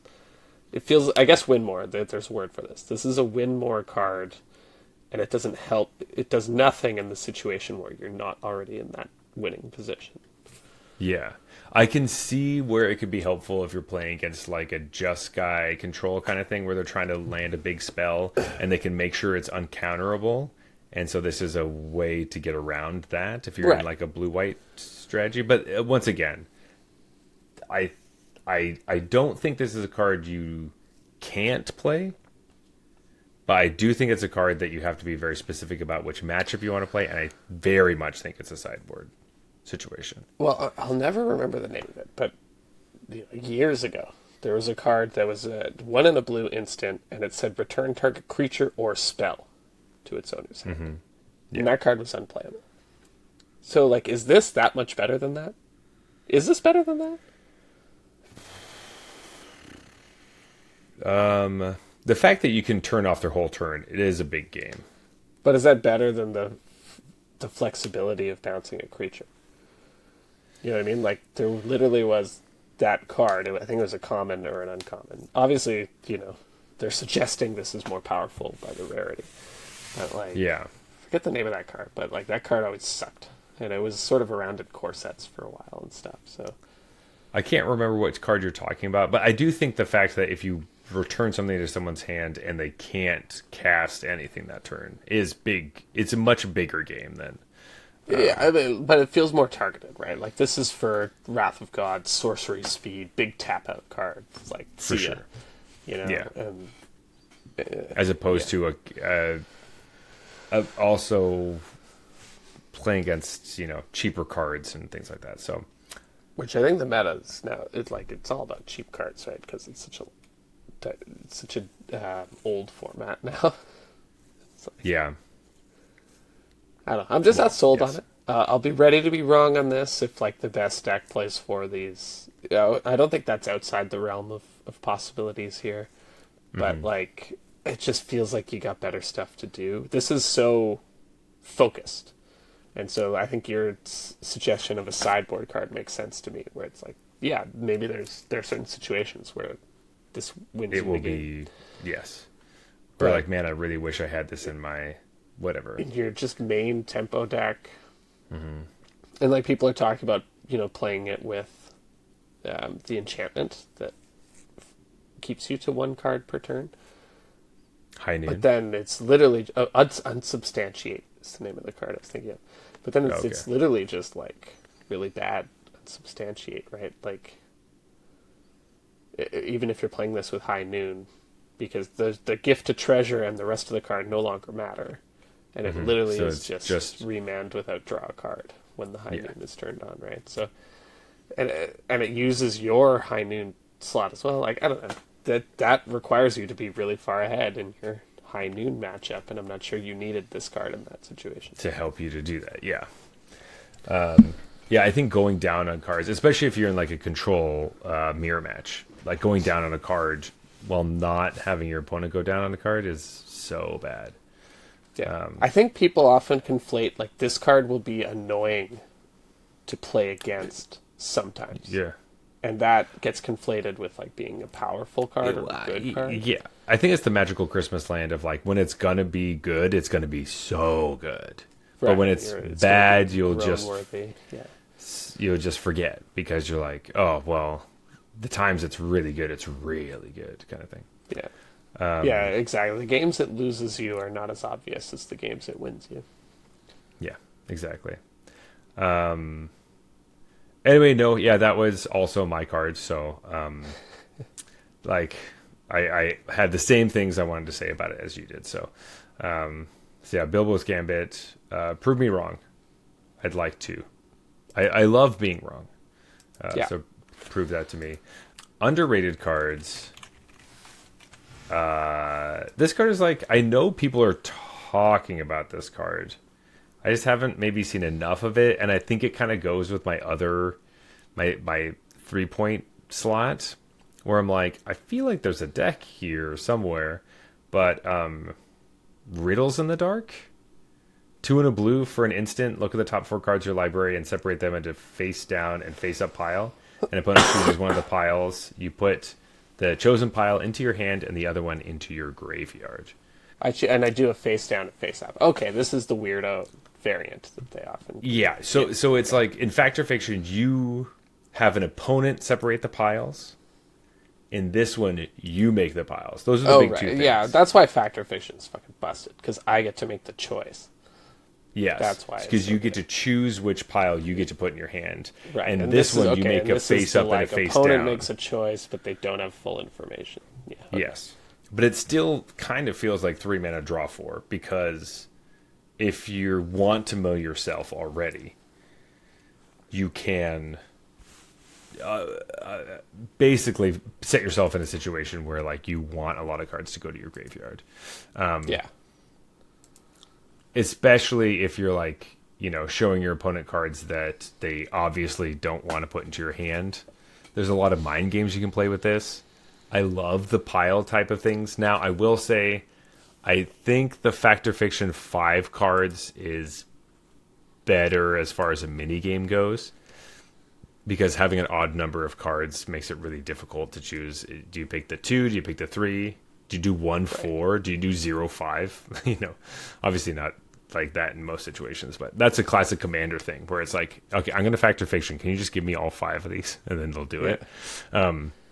But I don't care if they're in my graveyard or my hand, just like whatever. The fact that we have something like this, and obviously there's a ton of different blue card draw things in Standard right now. We have like Stock Up, which is like more of a combo centric thing. For me, is like Stock Up already exists, but that's a sorcery, and it also I think wants to be in a possibly different deck, because like Stock Up is really great if you're looking for 2 specific cards that really go together, because you get to go deeper into your deck. I think this card is better in a situation where you're like, I just need stuff in my graveyard. I just need things moving. Let's move some cards. Right. Around. Yeah. Like if you're in one of those decks where having stuff in your graveyard is almost as good as having stuff in your hand, then this is like a draw 4. Mm-hmm. Exactly. I'm excited for Riddles in the Dark. I also want to say I'm fairly positive either Riddles in the Dark is the name of a chapter in The Hobbit or something like that. It's very important to the story, because I remember, now I say this as someone who hasn't read The Hobbit. but I did play the video game, and that was the Oh. name of one of the things you were doing was Riddles in the Dark, and that is when Bilbo finds the ring and Smeagol's around in this cave. Or Oh, that Gollum, I makes guess. sense. That's when Gollum gives you all the riddles. Like Yes. that's a thing that happens in The Hobbit, right? Yes. Is to answer Gollum's riddles. So that must be the name of that chapter where that happens. Exactly. And I remember that being a very kind of frustrating area in the game where, like, oh, I'm in the riddles in the dark place where I have to, like, there's a bunch of puzzles and stuff. And, like, it's a cave with a bunch of glowing mushrooms and things. But anyway, I think this is a cool card, and looking forward to seeing what it can do in the standard format. Yeah, that's a great choice. I didn't honestly have have a lot going on for underrated. There's not a lot of cards where I'm seeing people being like, this card is awful. Whereas then I'm like, well, that card is amazing. What are you talking about? So I just kind of picked one that I think is cool, which is Elven Passage, which is like Fabled Passage in an elf deck kind of thing, where it's Elven Passage is a land, pay 1 life, sack it, search your library for a basic land card, put it on the battlefield tapped, shuffle, which obviously is not great. This is without the elf rider, you're now paying life for your evolving wilds. But then it says you may behold an elf if you do untap that land. So to behold an elf, choose an elf from your hand or choose an elf from the battlefield or reveal it from your hand. Cool. I like that it's called Elven Passage, sort of obviously harkening to Fabled Passage. In an elf deck, this is truly excellent land. And I just thought it's kind of a cool design. I think there are some elves kind of kicking around. Like, it's not crazy to think about building an elf deck. And this land could help sort of unlock that as a big part of it, because this is just, an like a, not an overgrown tomb. What's the fetch land? God, I have a bunch of. This is one of the fetch lands I have, but it's pretty similar to the green black fetch land in this deck. So. Oh, the Verdant Catacombs. Yes, Verdant Catacombs. That's Totally. a nice card. I like the design, and I like kind of that direction of like we'll print super strong lands, but they're a lot less generic than they don't just go into anything and unlock whatever you want. Like we're at the sort of this is a good land with a deck building constraint, something they're exploring a little more, and I approve of it because otherwise you kind of hit this thing of like rare lands are either good or trash, and it completely defined the format and all that. It's like if you go this sort of like what they did with Planeswalkers, where they made them very much more specific Niche. instead of generically good. Kind of like exploring that a little bit with lands too, which they've done a little bit of in the past, and just like to see it come back. They have done a great job of it in the past, especially in like the Time Spiral, Planar Chaos, all that stuff. Like had like entire land cycles that were like different from each other, and that were like brand new. And then they started like filling in those cycles, and that was like, right, yeah, I get it, but like, it just feels like fan service at that point. But no, I like Elven Passage a lot. I think it might still want to try to go into some of the landfall decks and just be like, I have Llanowar elves, maybe I have another elf, so they can be untapped. it's true. Like the question is, how many elves do you need for For it this to to be be good. better than Evolving Wilds? Another math problem. Yeah. So, which is your favorite thing? Well, great. Honestly, Hobbit is exciting. It's a cool Podcast set. Yeah. being back is exciting. All this stuff. I'm happy with it all. Jeff, do you have any last thoughts before we go to last call? No, other than the 2 drafts I did of The Hobbit were super fun. Even the one that I lost and the one that I won. It's always a good sign. But it's sort of the classic thing we've talked about with Lord of the Rings a little bit, which is like the lore here doesn't feel that much of a departure from sort of Magic's. Magic has been exploring a little more. They're not that sort of like classical fantasy that they were for a really long time. They're getting into some crazier stuff. But it just doesn't feel that weird to go to when the set that is bringing in flavor wise was like the original inspiration for the Fantasy. Yeah. right, the original genre of the game, it doesn't feel that weird. The only thing you notice is like there's a lot of legendaries. There's a lot of legendaries, and that does impact limited play. So Yeah. Yeah, I will say I'm pretty sure there's like one legendary at common for all the colors, except for red has 3, which is a big deal. yeah, I really noticed it in my dwarves deck because that's sort of part of their thing. Is like you're trying to get 3 legendaries and or artifacts or whatever. Yeah. It's just like, man, there's a lot of legendaries in this deck. You got to fit all the dwarves in, right? The whole Yeah. party. So And then there was one like the rare dwarf, which was someone's company or whatever that I had. I just kind of assumed it was legendary, and I played it under that pretense to try to hit that 3, and then it didn't happen. I was just like, "What's going on?" I was like, "Oh, this motherfucker's not legendary," and that did bite me. That was one of the many mistakes I made in that draft. But that's brutal. it just felt, I don't know, it's the rare one, so of course that one's legendary, right? But it's pretty clear, I guess, when you look at the card again. You're like, this is the company of a legendary creature. Yeah. It's not the legendary creature themselves. It's just like Chief Warg's company and Yeah, Dranduil's company. Yeah. It was like my first or second game of the format. But yeah, it's their entourage. It's not. Yes, exactly. Not the actual Dane. Yeah, I agree with everything you say. It's cool. Haven't felt how small the set feels quite yet, but I know it's coming. Yeah. So, yeah, small sets are small, but can still be really fun. Yeah. Just like, yeah. you'll lose to a lot of the same rares, and you lose to the same uncommon Yeah. stuff. You'll see a lot of the same cards wheel, and then sometimes it'll start to feel a little samey. So we'll see. But honestly, by the time that I draft enough that it'll feel samey, I think we're just on to the next set anyway. Yeah, so right. The lifespan's so short. So. I think that's just what they're kind of banking on at this point. So kind of how that works. But anyway, Jeff, let's go to last call. Let's talk about these beers. And when I say beers, I mean this beer that we drank this evening. Yeah. As always, we rate our beers on a scale from bronze to mythic, just like the tiers in Arena. However, this has nothing to do with what tiers you are in currently, because everyone is in different tiers at different times, so don't feel bad when we say that bronze beers, they're trash. They're horrible. You spit them on the ground, you pour them out. Ugh, they're gross. Silver beers are just boring or bad. They could be bad, but usually we're just thinking like kind of boring beers, not a lot going on. Gold beers are fine. You drink them, but you kind of forget about them, and then you just move on with your life. Platinum beers are super solid. You would totally drink it again. Yeah, you're into it. Mm-hmm. Diamond beers are exceptional. You like this a lot. You show them off to your friends. And Mythic, these are the best of the best. These are the chef's kiss of the beer world.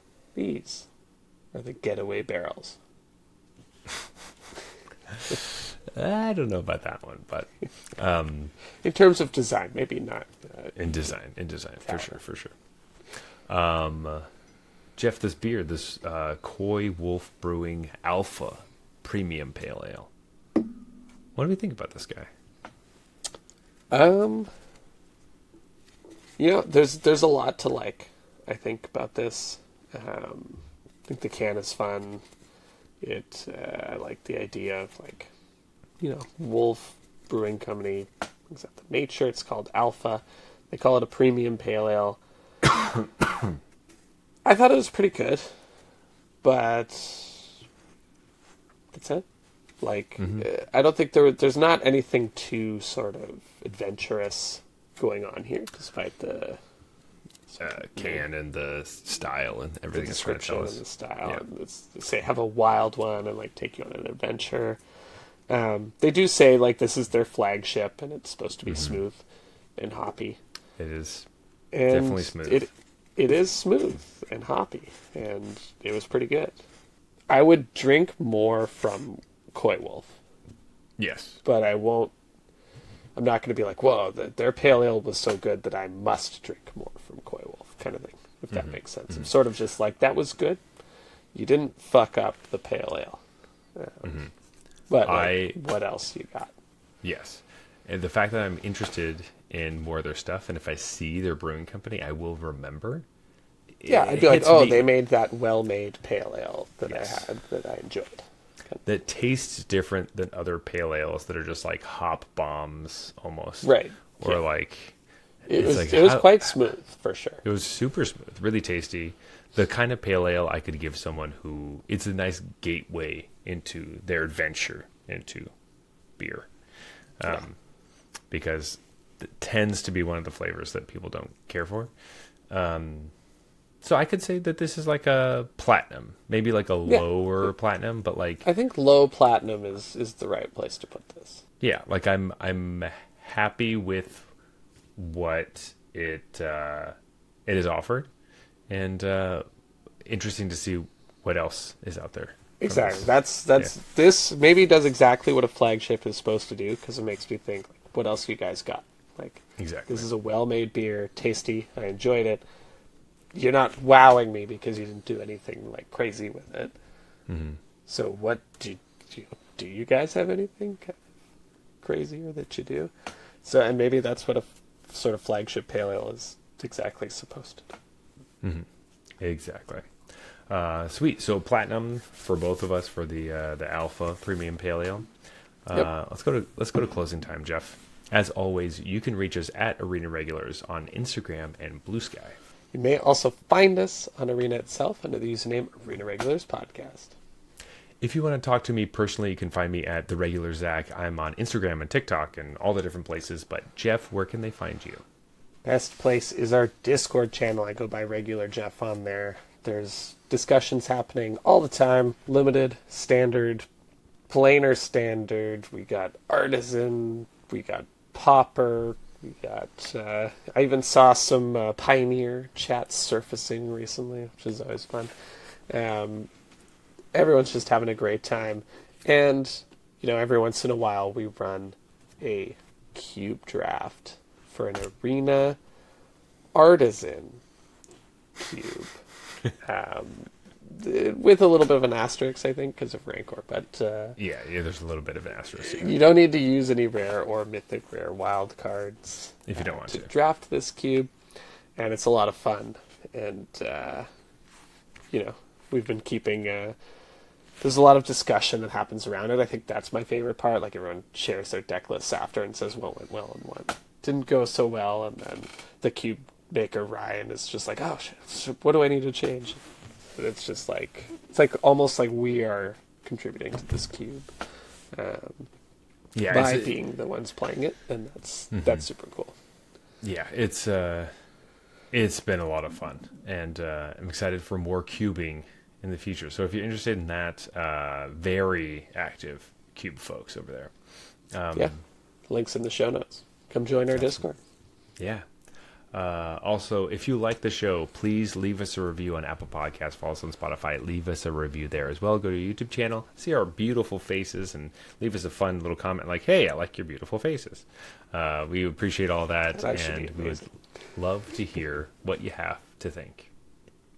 This has been the Arena Regulars, reminding you that I'm still not sure how Zach cheated in the Pro Tour Fantasy Draft, but I will look into it. I will leave no stone unturned until I figure it out. Good night.